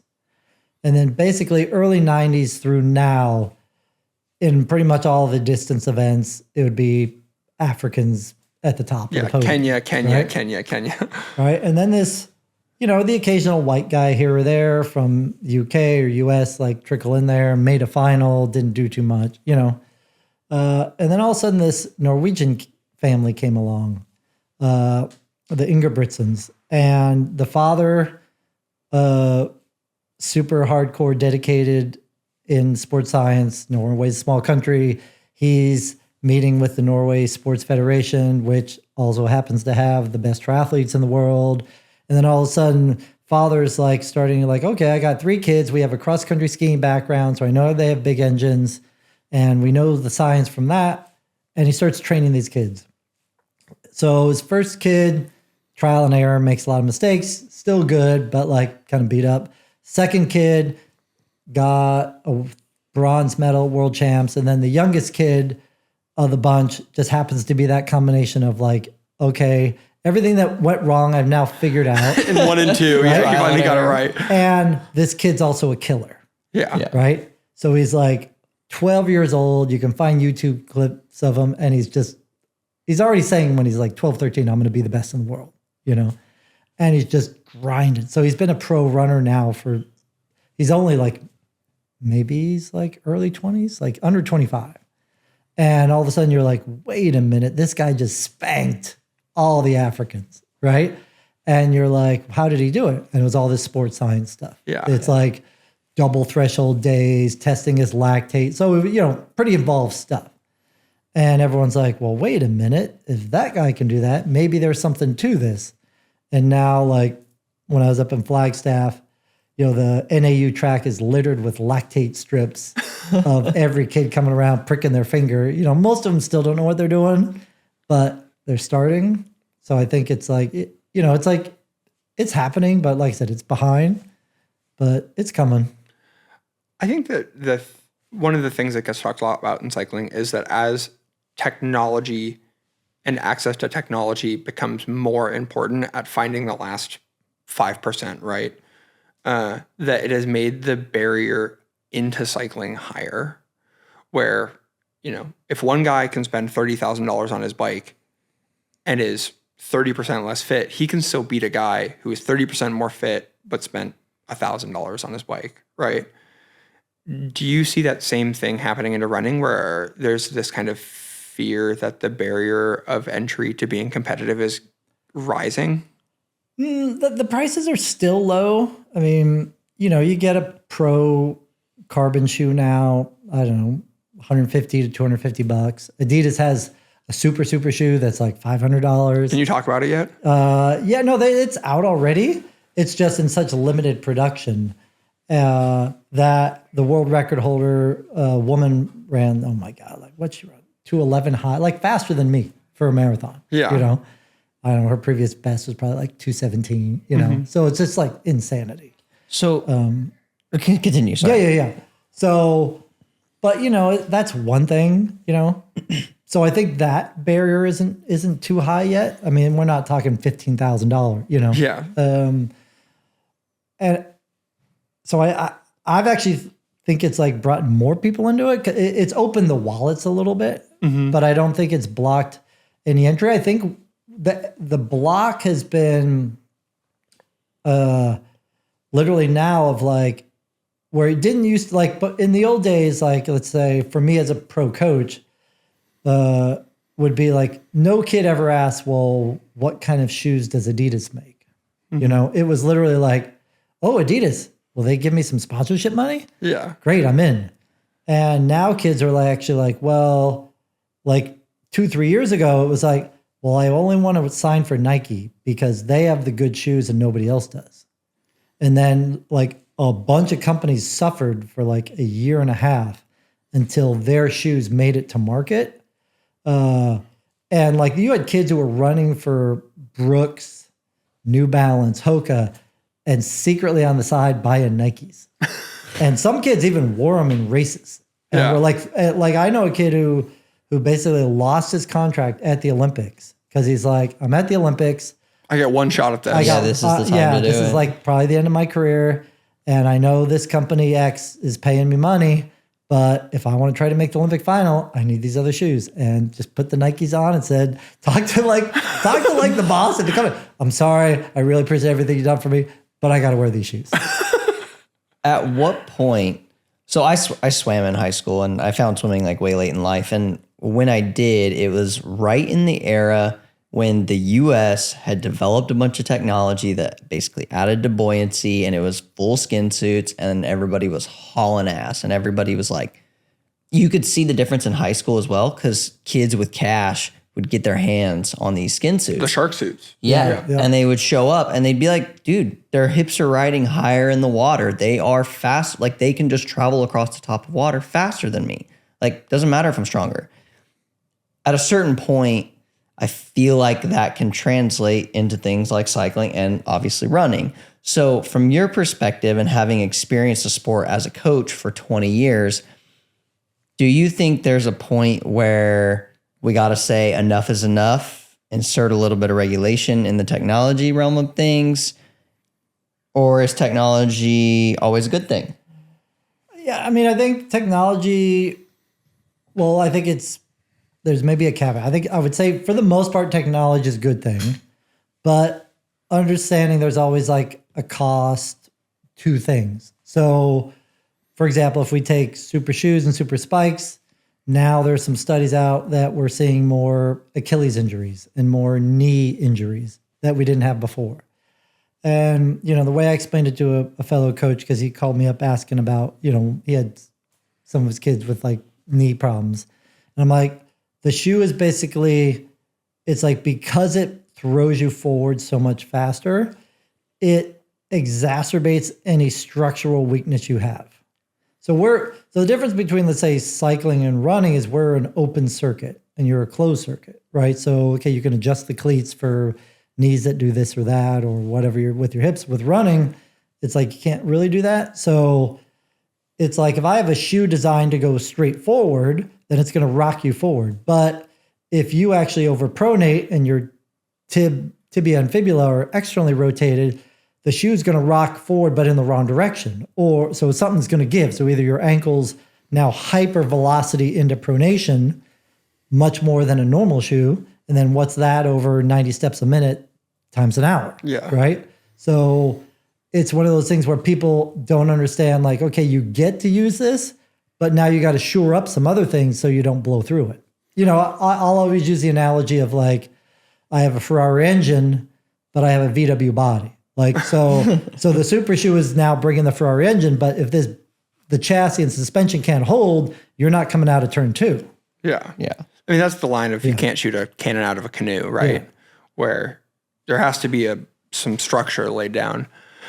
I think that as running gets more tech heavy though, I think that one of the things that's been so cool about running is that weren't people running barefoot still for way longer than it's always, I felt like, been a form of exercise that's been like almost resistant to science. And I feel like now with everything's changed, that now there were people who were resistant. And now there's been a huge, where the training is scientific, what you eat is scientific, it's motion capture, and now all of the micro stuff has become so important that, and I think we've seen this in cycling too, where there's now no corner left unoptimized in cycling. Are there still little pockets of unoptimization? What's coming next down? Can you talk about what's coming next down the pipeline? Yeah. So for technology, at least. So the funny thing with tech, right? So it's like, let's we switch switch arenas to like sprinters for a second, right? So sprinters are the ones that move the fastest, as you know, in terms of velocity, for runners, right? I had a conversation with a fellow coach who coaches like some of the best sprinters in the world. I'm like, do you talk to your athlete about the ponytail or the hair extension or the whatever when they're running 100? Because that can't be helpful. Yeah. Aerodynamic drag, blah, blah. And, you know, he's like, I understand what you're talking about, but she needs to feel fast. And that hair makes her feel fast. He's like, I'm afraid if I told her to tuck it in or not wear it or whatever, she probably wouldn't run fast. Yeah. So it's a weird plus minus, you know? So it's like, there's that sort of give and take with, you know, sprinters are all almost like boxers, you know, it's like there's so much machismo or alpha in it. You know, it'd be like, oh, I want you to wear an aero suit, you know, like a skin suit. Yeah. Sprinter be like, feels tight. I don't feel good. I don't feel fast. And so it's hard for certain athletes to be like, but the science says this. And it's like, well, I don't care what the science says because if I don't feel fast, I'm not fast. Yeah. So it just takes a while, you know? So I think it's coming, but it's just baby stepping it through. As far as training goes, technology, I mean, like I've said this in I dealt with a couple people. When I was in Boston, there were a couple of guys from MIT who were contacting me about optical lactate meters. So you could get continuous lactate.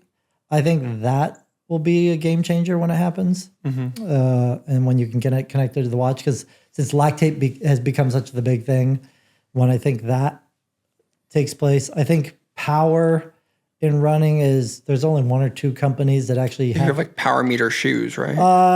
There's power meter pods. So a company named Stride has power meter pods. You know, the problem with it is, okay, it's a pod, it's on the shoe. How good is it really?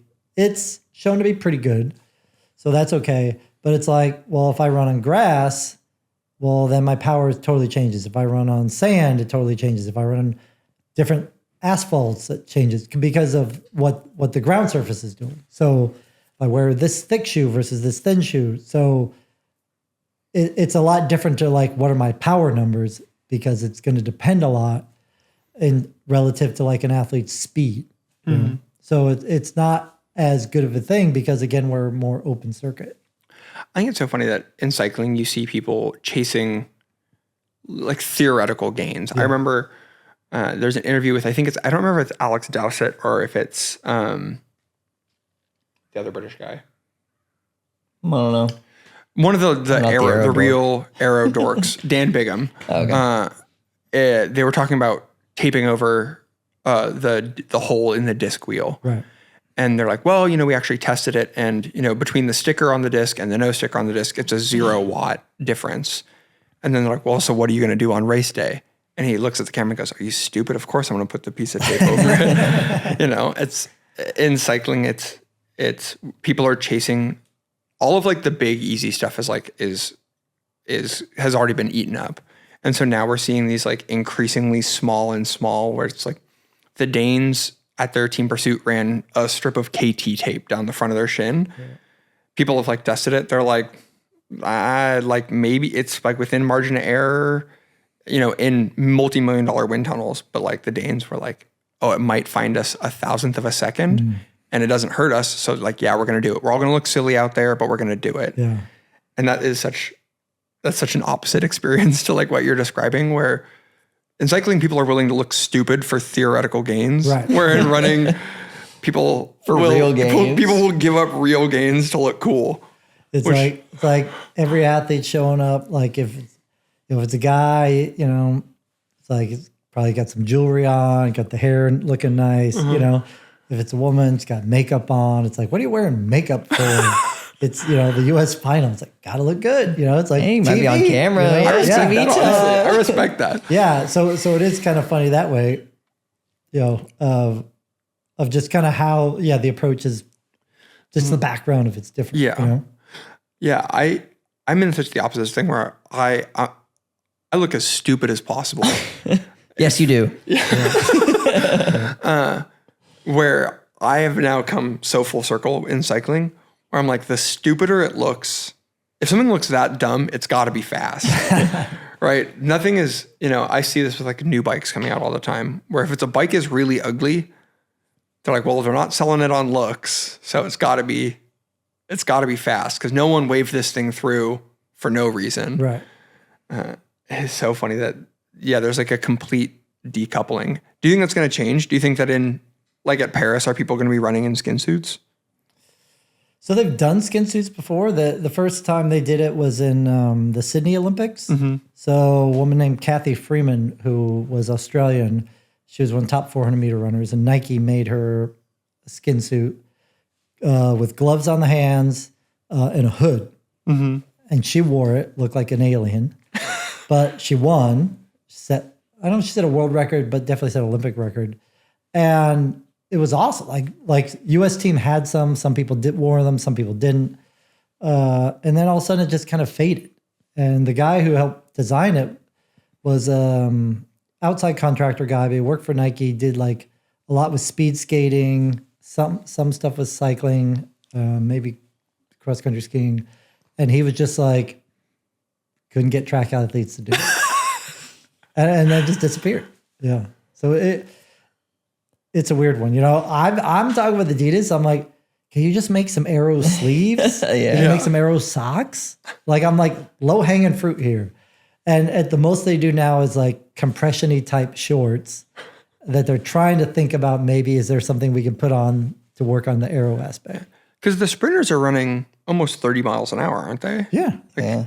They need it. Yeah. I've had the conversation. I'm like, here's what's going to happen. It's the inevitability of like, you're going to have the alpha and he's going to get beat by the second guy who's wearing the funny to outfit. wear the suit. And then it'd be like, okay, well, I guess I'm going to wear the suit now. But it's going to take one of those things to happen. Mm-hmm. And the problem is I would probably say the problem is because our benchmark is Usain Bolt, right? And Usain Bolt was so good that it didn't matter. Like he won a race with like shoe untied. He could run in flip-flops. He like would wear this loose, baggy like singlet and just not tucked in, and it just didn't matter. And then like set the world record. So they're like, well, if Usain Bolt didn't do it, then why do I need to do it? Yeah. Because he just had this braggadocio about him. He had such a swagger that everyone just wants to replicate that. Like, so he was the first guy, 100 meters would all step on the line. They would announce them kind of one by one, right? And Bolt was the only one who would play to the camera. So he did his famous Usain Bolt lightning bolt sign. Yeah. And like everyone else is just looking terrified, right? They're trying to look tough, And then the next year, everyone had a pose, right? So now all the great athletes, like this, the US guy was super quiet and conservative. And all of a sudden he had to like try to come up with a pose. And it was so fake looking, And Just it was be like, you, man. And Bolt was just being Bolt. Yeah. He just was a loose guy. So I have a kind of a question deviating from technology now. You yourself have been through kind of the story arc of running, right? And you started at 12 years old, running 10Ks, doing the thing. You ran in college, did that thing. Now you've coached for 20 years. And so you've probably also seen a lot of athletes' story arc from, beginning to burnout, retirement, whatever that looks like. And how do you, as a coach, offer athletes perspective? You said earlier you had to have that hard conversation like, hey, you're just not in it anymore. What do you see, when athletes get there, how do they take it? And how do you, as a coach, present this information to somebody? So I would say unfortunately, very few athletes will like exit at the right time. Mm-hmm. Like they always like, no, I think I got another one in me. And then it'll be the first team they don't make or their first just not good race where people beat them that should never beat them. Yeah. So they need that sort of humiliating experience to be like, okay, I got to walk away. With track and field, it's always off of Olympic cycles. So like we're going into this, Olympic trials year coming up in 5 weeks. And I could already just give you a handful of athletes who shouldn't be running right now, but they're doing it. Well, why? Because it's the Olympics and I have to make one last try. And we know where it's going to go.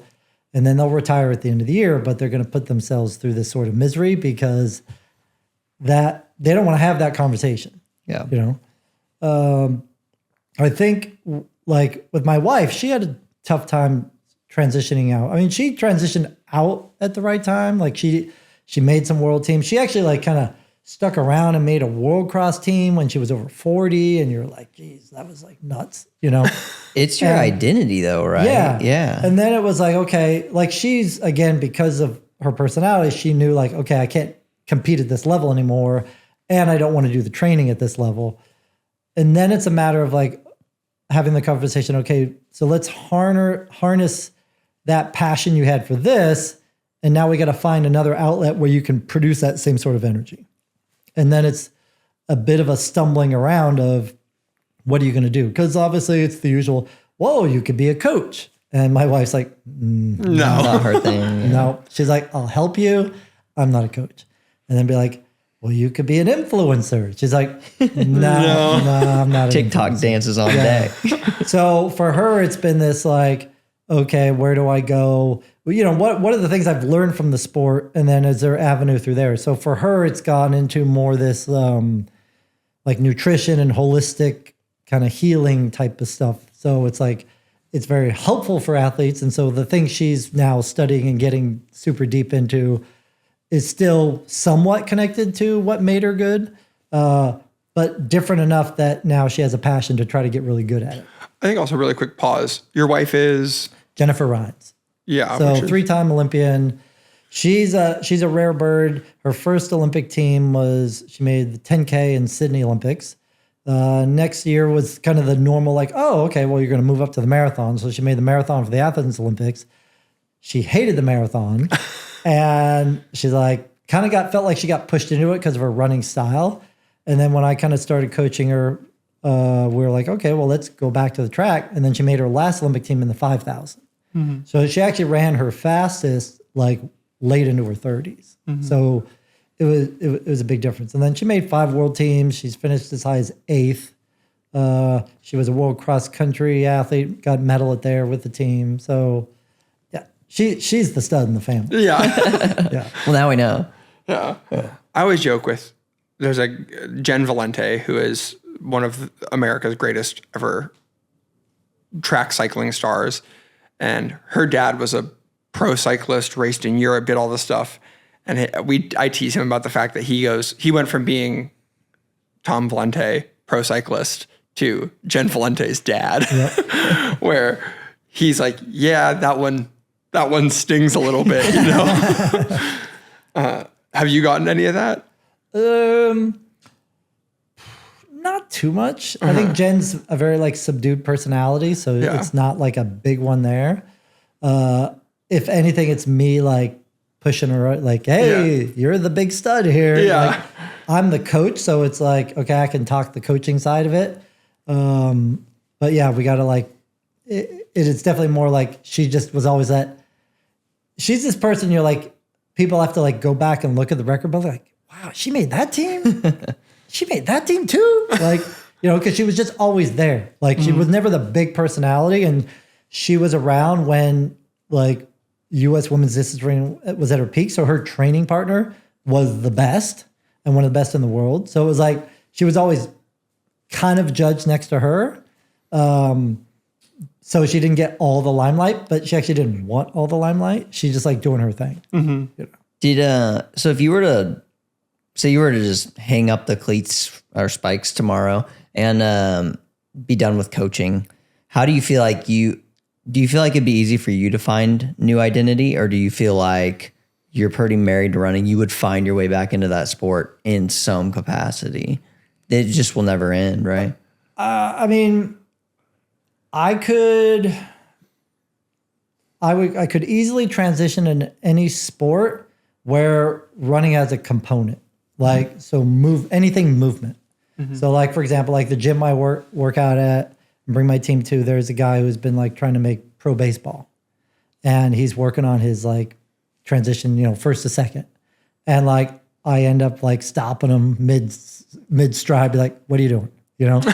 And be like, okay, no, we got to do this for your first 3 steps. So I could walk into baseball, walk into football. If there was a sport that had that component into it, I would be totally fine. Because for me, it's a matter of like just finding peak performance in athletics more than anything. Could you ever find yourself doing nothing athletic? Do you think just like sitting on the couch reading a book could ever be your jam? No. Without any sort of exercise?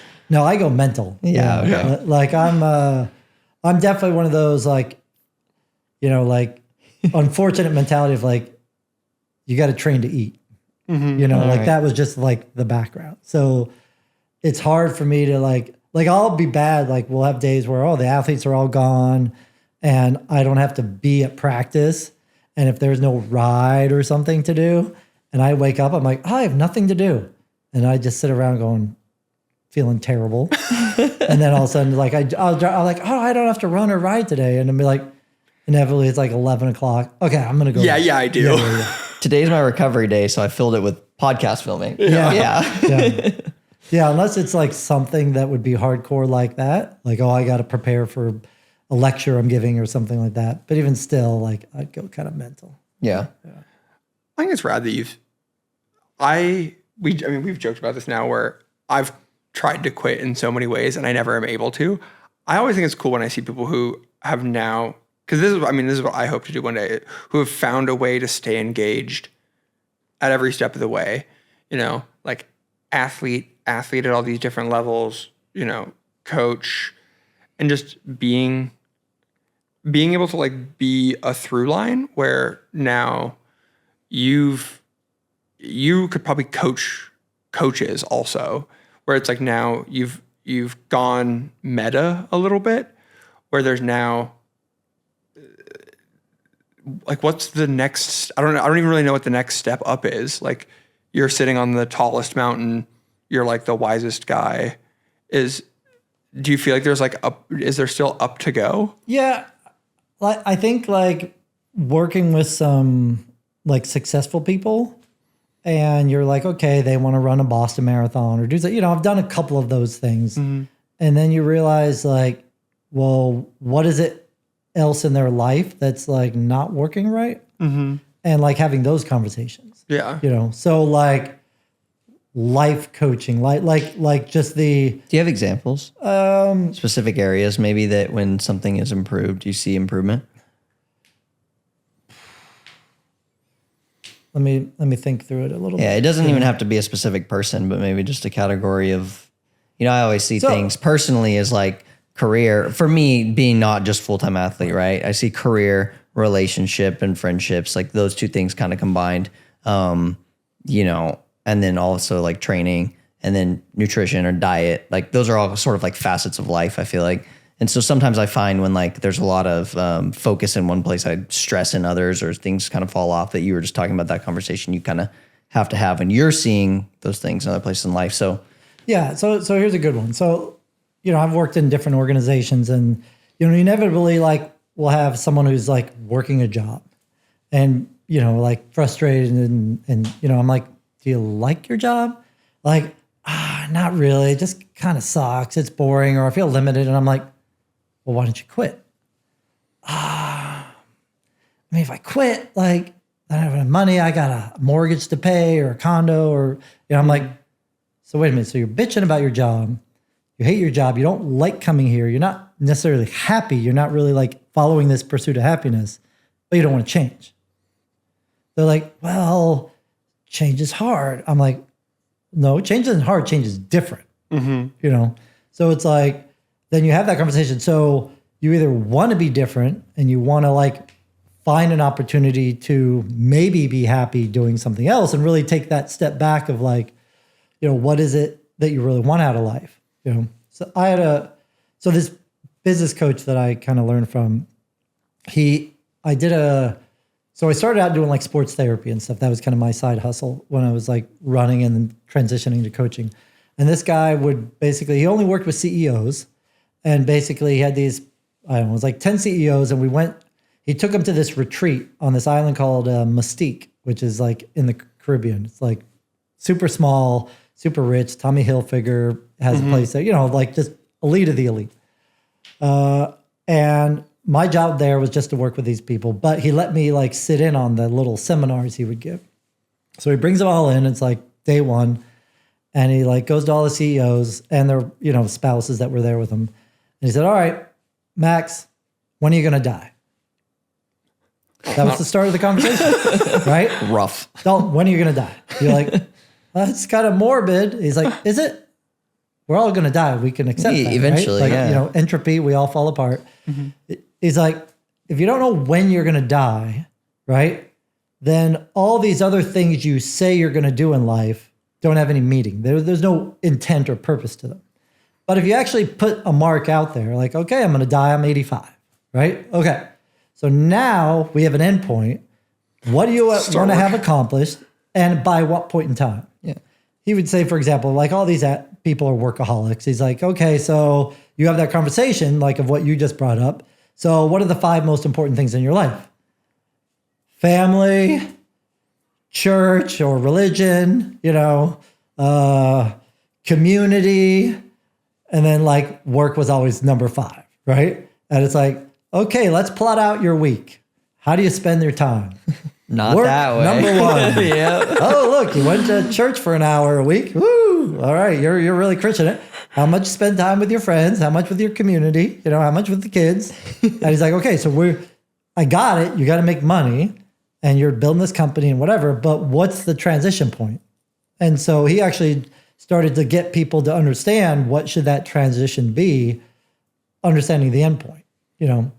So that was really exciting to me because I like it just clicked of like, okay, so what are we doing and what are we, so like it brought like I don't know if veracity is the right word of like, just for me, like, okay, if these are the things I need to know, I need to learn them right now, because I got a limited amount of time if I'm going to learn this to then produce that. There's almost a sense of urgency there for you now. Right. That just like instilled in you to do the most you can with that particular day that you're living. Yeah. And I think so many people don't live in that sense of urgency, I don't remember if I've talked about this before, but I listened to, there's an NPR piece that they do where they talk about how memory is stored. And they talk about how there's this woman who has a poster in her room where, there's 52 weeks in a year and the average person lives to 80.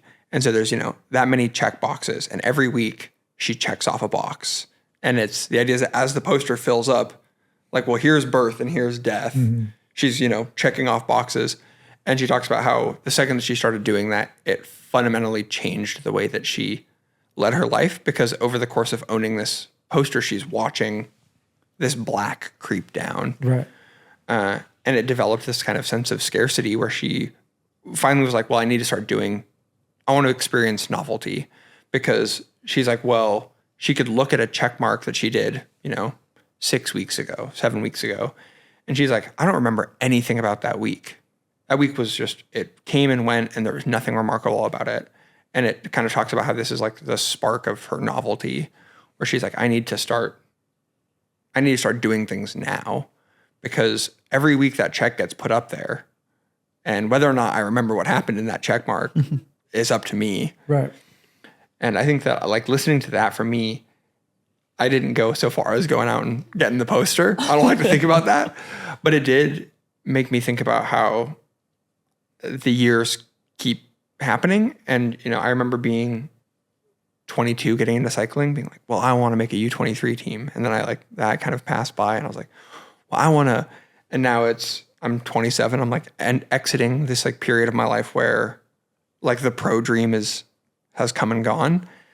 And I think that I for sure have struggled with being like, well, yeah, when is it time to throw in the towel? When is it time to be like, all right, we're going to change? And I think that one of the things that for me has always been kind of this thing that I come back to is this thing will always be important to me. And I think that now I am weirdly like where you were probably now 30 years ago, 40 years ago, where you were like, because you ran, when did you run your fastest marathon? 97? Let's see. When was that? 97, yep. Yeah. Where I think maybe I've got 3 more years of trying to run a fastest marathon. Yep. And it is interesting to see like how now perspective has shifted, where I also feel like I've now accumulated all of this information and I have a responsibility to pass it on because it dies with me, right? Like when. Yeah, I mean, I think in sport, you know, we have these things that like you think, oh, there's this finality of, oh, okay, if I haven't hit it by 28, I'm not hitting it. But then at the end of the day, you look back and say, well, is this what I'm here for in relation to the sport? Like, meaning, okay, I'm a hardcore cyclist, I'm good. It's like, are you supposed to be a pro cyclist? Or are you actually supposed to be something else? You know, meaning like when I was trying to be a pro runner, I had the Olympic dream. I wanted to be that. But I'm actually much more successful as a pro coach than I was as a pro athlete. And it's like, you know, in retrospect, it's like, I think I needed all the athlete stuff to build the foundation, you know, where it was like, when you're in it, you're like, oh, my dream is live or die. And if I'm not making that Olympic team or pro cycling team or whatever, then my cycling career is over. And in some instances, well, actually your cycling career is just getting started. Yeah. You know, and it's like sometimes hard to see when you're in it. Like I was, let's say on the tail end of it, like early on, I knew like what I could do and what I couldn't do. You know, it's like, I can't sprint. I can't do that. You know, like I have whatever those various limitations are. It's like my coach, it's funny because the guy who coached Jen and myself, he was kind of like that just abrupt type of guy. He's like, she won 5 NC2A titles. You won none. Like you won conference, you won regionals, you did all this. That's great. She won that. She knows how to be that person. You're going to be something different. And I had the wherewithal to like kind of accept it in terms of like, didn't necessarily want to hear it, needed to hear it. But it was one of the things that like, it didn't stop me from trying to run fast, but it provided some perspective of like, what was my role going to be in this sport? If that makes sense. So how would you then, you said your success would come as a coach, right? And some other people's, like her success obviously came as an Olympian. How would you define success in sport or success, I guess, as an athlete? As an athlete to gain the breadth of knowledge though, right? So I guess more success in sport. How would you define that? Because I feel like these days, and we just talked to Alexi about this last week, is we're seeing a lot of people find success in sort of different ways in sport. And they can be a professional athlete in like this modern era of they're not the best in the world anymore, but they are professional at what they're doing, and it is paying their bills. And I feel like, you know, being a coach in the athletic realm or in coaching sport is like kind of similar in some ways. So I guess how would you personally, after having been around the sport for so long, how would you define success in sport? Well, I mean, obviously you have these hard numbers of, oh, well, you made an Olympic team or you were top 3 at a marathon or whatever it was. And those are the external success points, right? But the reality is our internal success points kind of relate to like, let's say my view on competition is like, what is competition? Is it me trying to beat you? And is that therefore success because I beat you? Or is it like me in this game that we're playing, trying to find the best out of myself?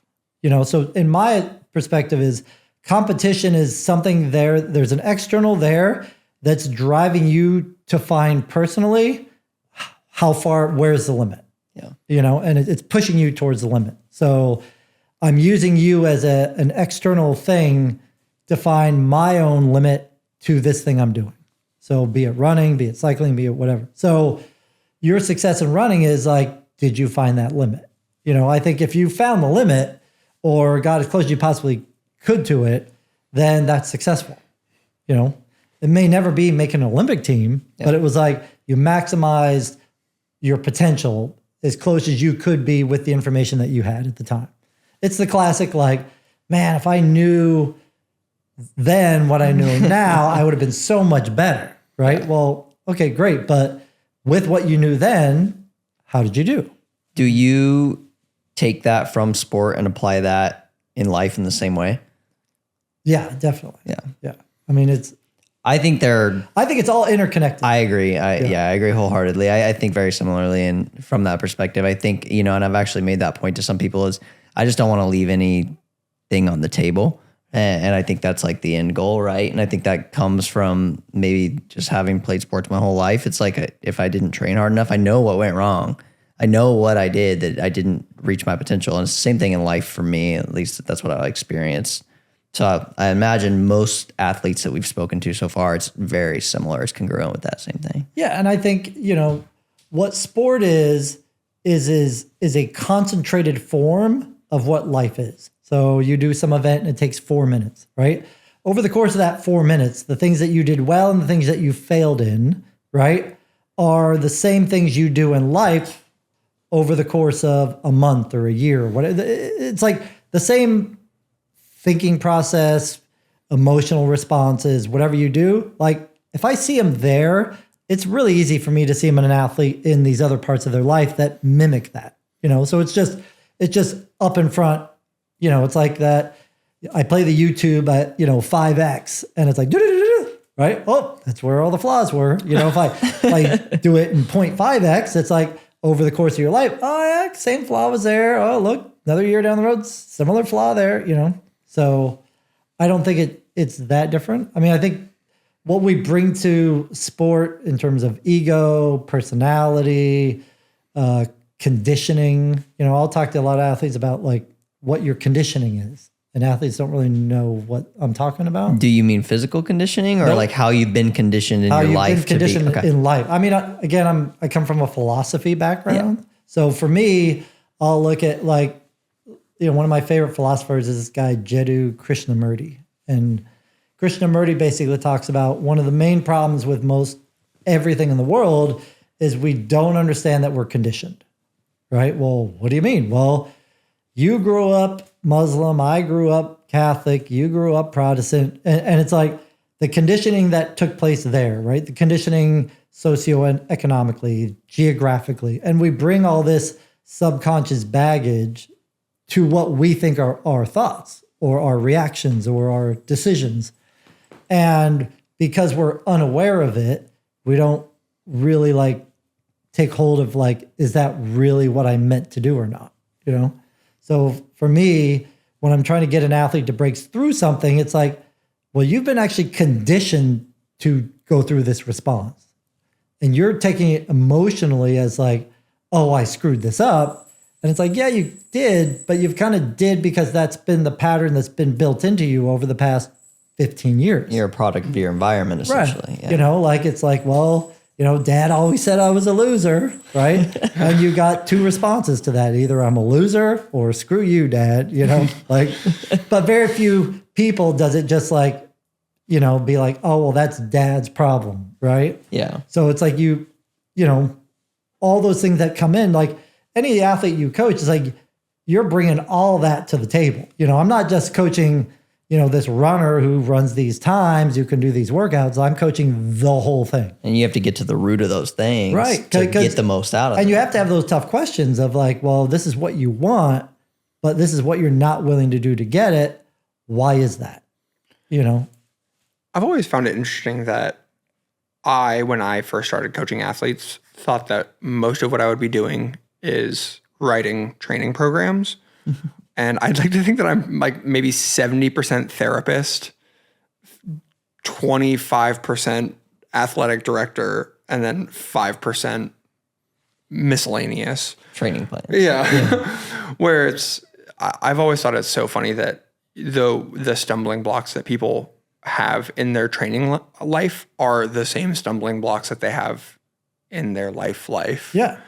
And that for me, so much of being a coach is not just making someone stronger, but it's also like being like identifying these things that are not just holding them back in cycling, but are holding them back in their life and being like, well, how can we address this?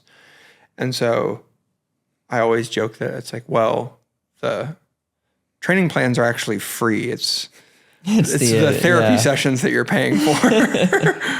And when you get deep into that and when you actually start to make fundamental changes, then the problem becomes the ripple effect of that. Mm-hmm. Because now, let's say I took, Dalton, And he was struggling with this, and now we fixed that, and he's making this different decision as athletics, which is also making this different decision in his other life goals.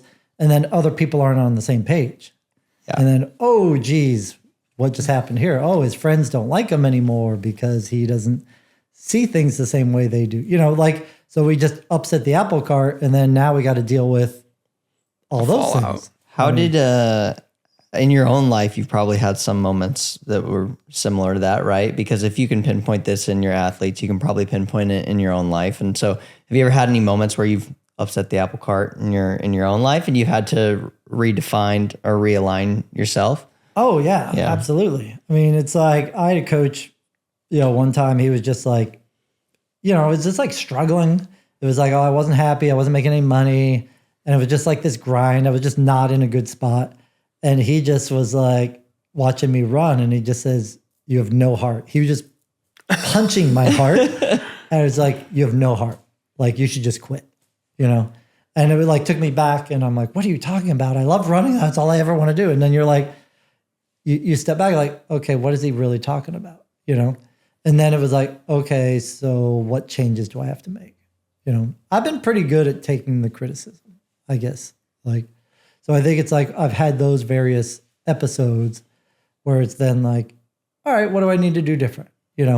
And it's like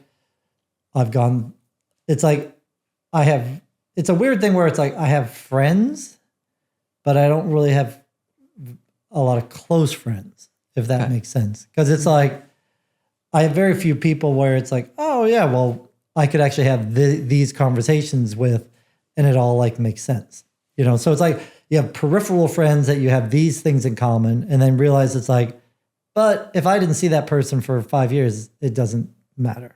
Like that's kind of a weird one. That's one that people who aren't into endurance athletics aren't going to get. Yeah. That's one of those ones where I'm like, yeah, totally. And there's going to be someone listening to this, and they're going to be like, what in the fuck are they talking about? No. It's a weird thing like that where it's just like probably makes it a good thing that your wife is also she's where she is, but it's like brought me to like, so it's like the people I do have connections with are on like weird levels. Yeah. And it's like, so like my dad actually taught me that. He was like, because when you're young, you like want to be social and friends with everybody and liked by everyone. And my dad just drilled into me. It's like, if you have 5 good friends in your lifetime, he's like, that's a good life. Mm-hmm. And it was a weird, you're like, what are you talking about? And then now I'm like, do I have 5? Yeah. You're like, oh, 1, Jimbo down the street. I got it. but then it's like, but at least now it's like, I'll learn like what, it's like, my wife will say like, certain people resonate to me.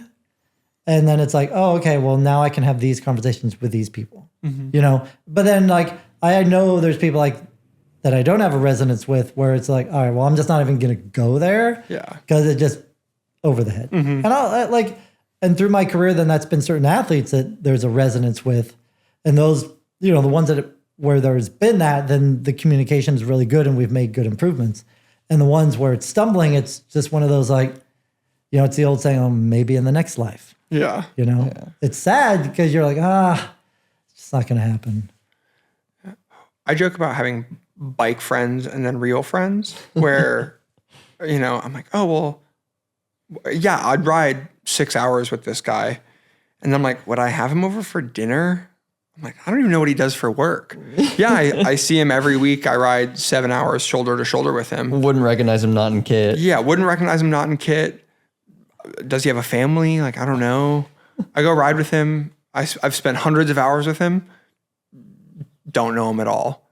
And people are like, well, is he a good friend? I'm like, sick to ride with. Yeah, I guess. Yeah. But that's such a weird parasocial interaction that I think gets bred into endurance runners or endurance cyclists. Yeah. Where you're like, he's not my friend. We're not buddies. He's a training partner. Do I care about him a lot? Yes. Yeah. I do I know anything about him? No, I don't. I know that he is a really good guy to ride shoulder to shoulder with for 6 hours at a time. And that is, I think that one of the things that has always made me click with people, and I joke about this with my girlfriend, is that me and my coach, we joke, have the same type of autism. And that's why we work well together. And that for me has always been like why I can like work with a coach and I'm like, this guy is too high functioning. It Like really does go back to what you were saying though, of like, the certain coaches are like drill sergeant, right? And if that athlete is naturally a drill sergeant on themselves, then that coaching style works really well. Right. Yeah. And so it's like you're either as a coach trying to like be able to wear a lot of different faces or just find the athletes that you know how to work with. And so, yeah, you have certain coaches where it's like, you'll see a coach and athlete combination. You're like, oh yeah, that'll work. Yeah. And then you'll see the other one, that's going to work. You're like, well, I'll see that. It's sad because you'll have actually a lot of great kids coming out of college, right? Yeah. And it's they're either chasing money or chasing what's the hot group right now to train with. And it'll be like, oh, this athlete's going to go there. And you're like, it's such the wrong training style. And this athlete needs way more hand holding and they're not going to get that from this coach. And not a good idea. There goes their career. Yeah. And then, the nature of track and field, it's like you come out of college, you get paid on potential. So like you're getting paid ahead of time to make a team, right? Or medal, right? And then if you don't deliver, the next contract is either half or nothing, right?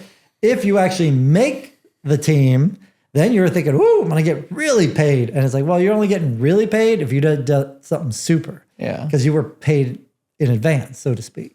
And that's a hard one for athletes to kind of understand. It's like, I don't understand. I mean, I made this. It's like, they thought you were going to make that. Right. Or I'll have the conversation. How many pairs of shoes do you think you sell?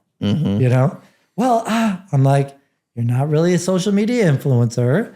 You didn't make the team. Yes, you made progress and you improved your time by 4 seconds, But does this company really need to spend that money on you? Or are they going to go find the next young person and maybe think that person will do it? Because they've given you 4 years and you didn't do it? Yeah. It's a cutthroat sport that way.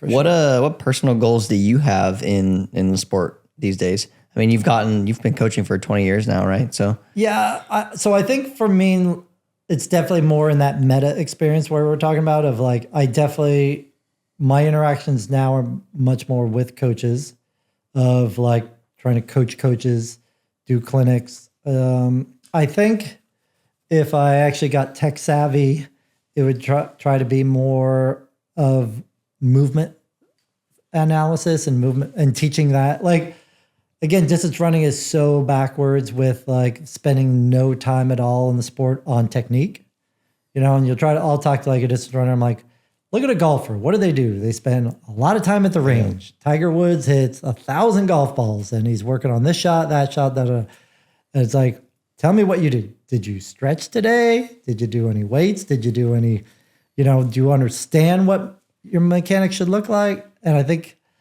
that's so backwards. But when I take the step back, it's like, well, does your coach know any of this? No. So it's like, I think bringing that sort of education to the coaches will then be the trickle down that for me then improves the sport. I love that. Honestly, that seems like a stamp. Yeah. I think is that a sign off? I think so. I think that's a sign off. I mean, Terrence, do you have where can people find you? I mean, you said you fired up an Instagram. Do you want people to know about this? Should we keep it on the DL? I actually just put my website out. Cool. Just terrencemahon.com. Okay. I'll drop the link in the description. I threw some, I'm actually dabbling on Training Peaks, which is again, hard for runners, but I was going to sign up for a plan earlier. But I actually put on Training Peaks. It's like, what I find with a lot of runners, it's like, you got a lot of people, oh, well, I want to do a 5K program or a marathon program. And then you got some athletes that's just like, oh, I want to improve my lactate threshold. So I actually wrote a bunch of blocks, which I thought was a fun exercise where it's like, oh, I have improve your lactate threshold block, improve your aerobic threshold block, improve your VO2 block, do a high anaerobic block. So you could actually piecemeal, I want to do this for 4 weeks, So if I get around to trying to push that, those would be fun. Cool. Like I said, my terrencemahon.com, I have an Instagram. I have one post. I will try to do more. We're gonna make you viral. Yeah. Yeah. I hope that. Yeah, my wife Jen goes, "Oh, you're going to do a podcast? You didn't even tell me you were going to do a podcast. You got to post about it." I'm like, I do. We'll do some collabs with you, and we'll help you out. So this is good for me to get me out of my comfort zone of just anonymity. Sweet. No, we love it, and we appreciate all your insight, and appreciate you sitting down too. And I know Max speaks very highly of you. I do. Yeah. He does. Thank you very much. Yeah. Do you want to do any thank yous? Any final plugs? Am I supposed? What, No, you don't what have do to. people? You want to thank you? You're good. That's all we need. And Thank you to all my fans. All right, Max, give it the clap. Yeah.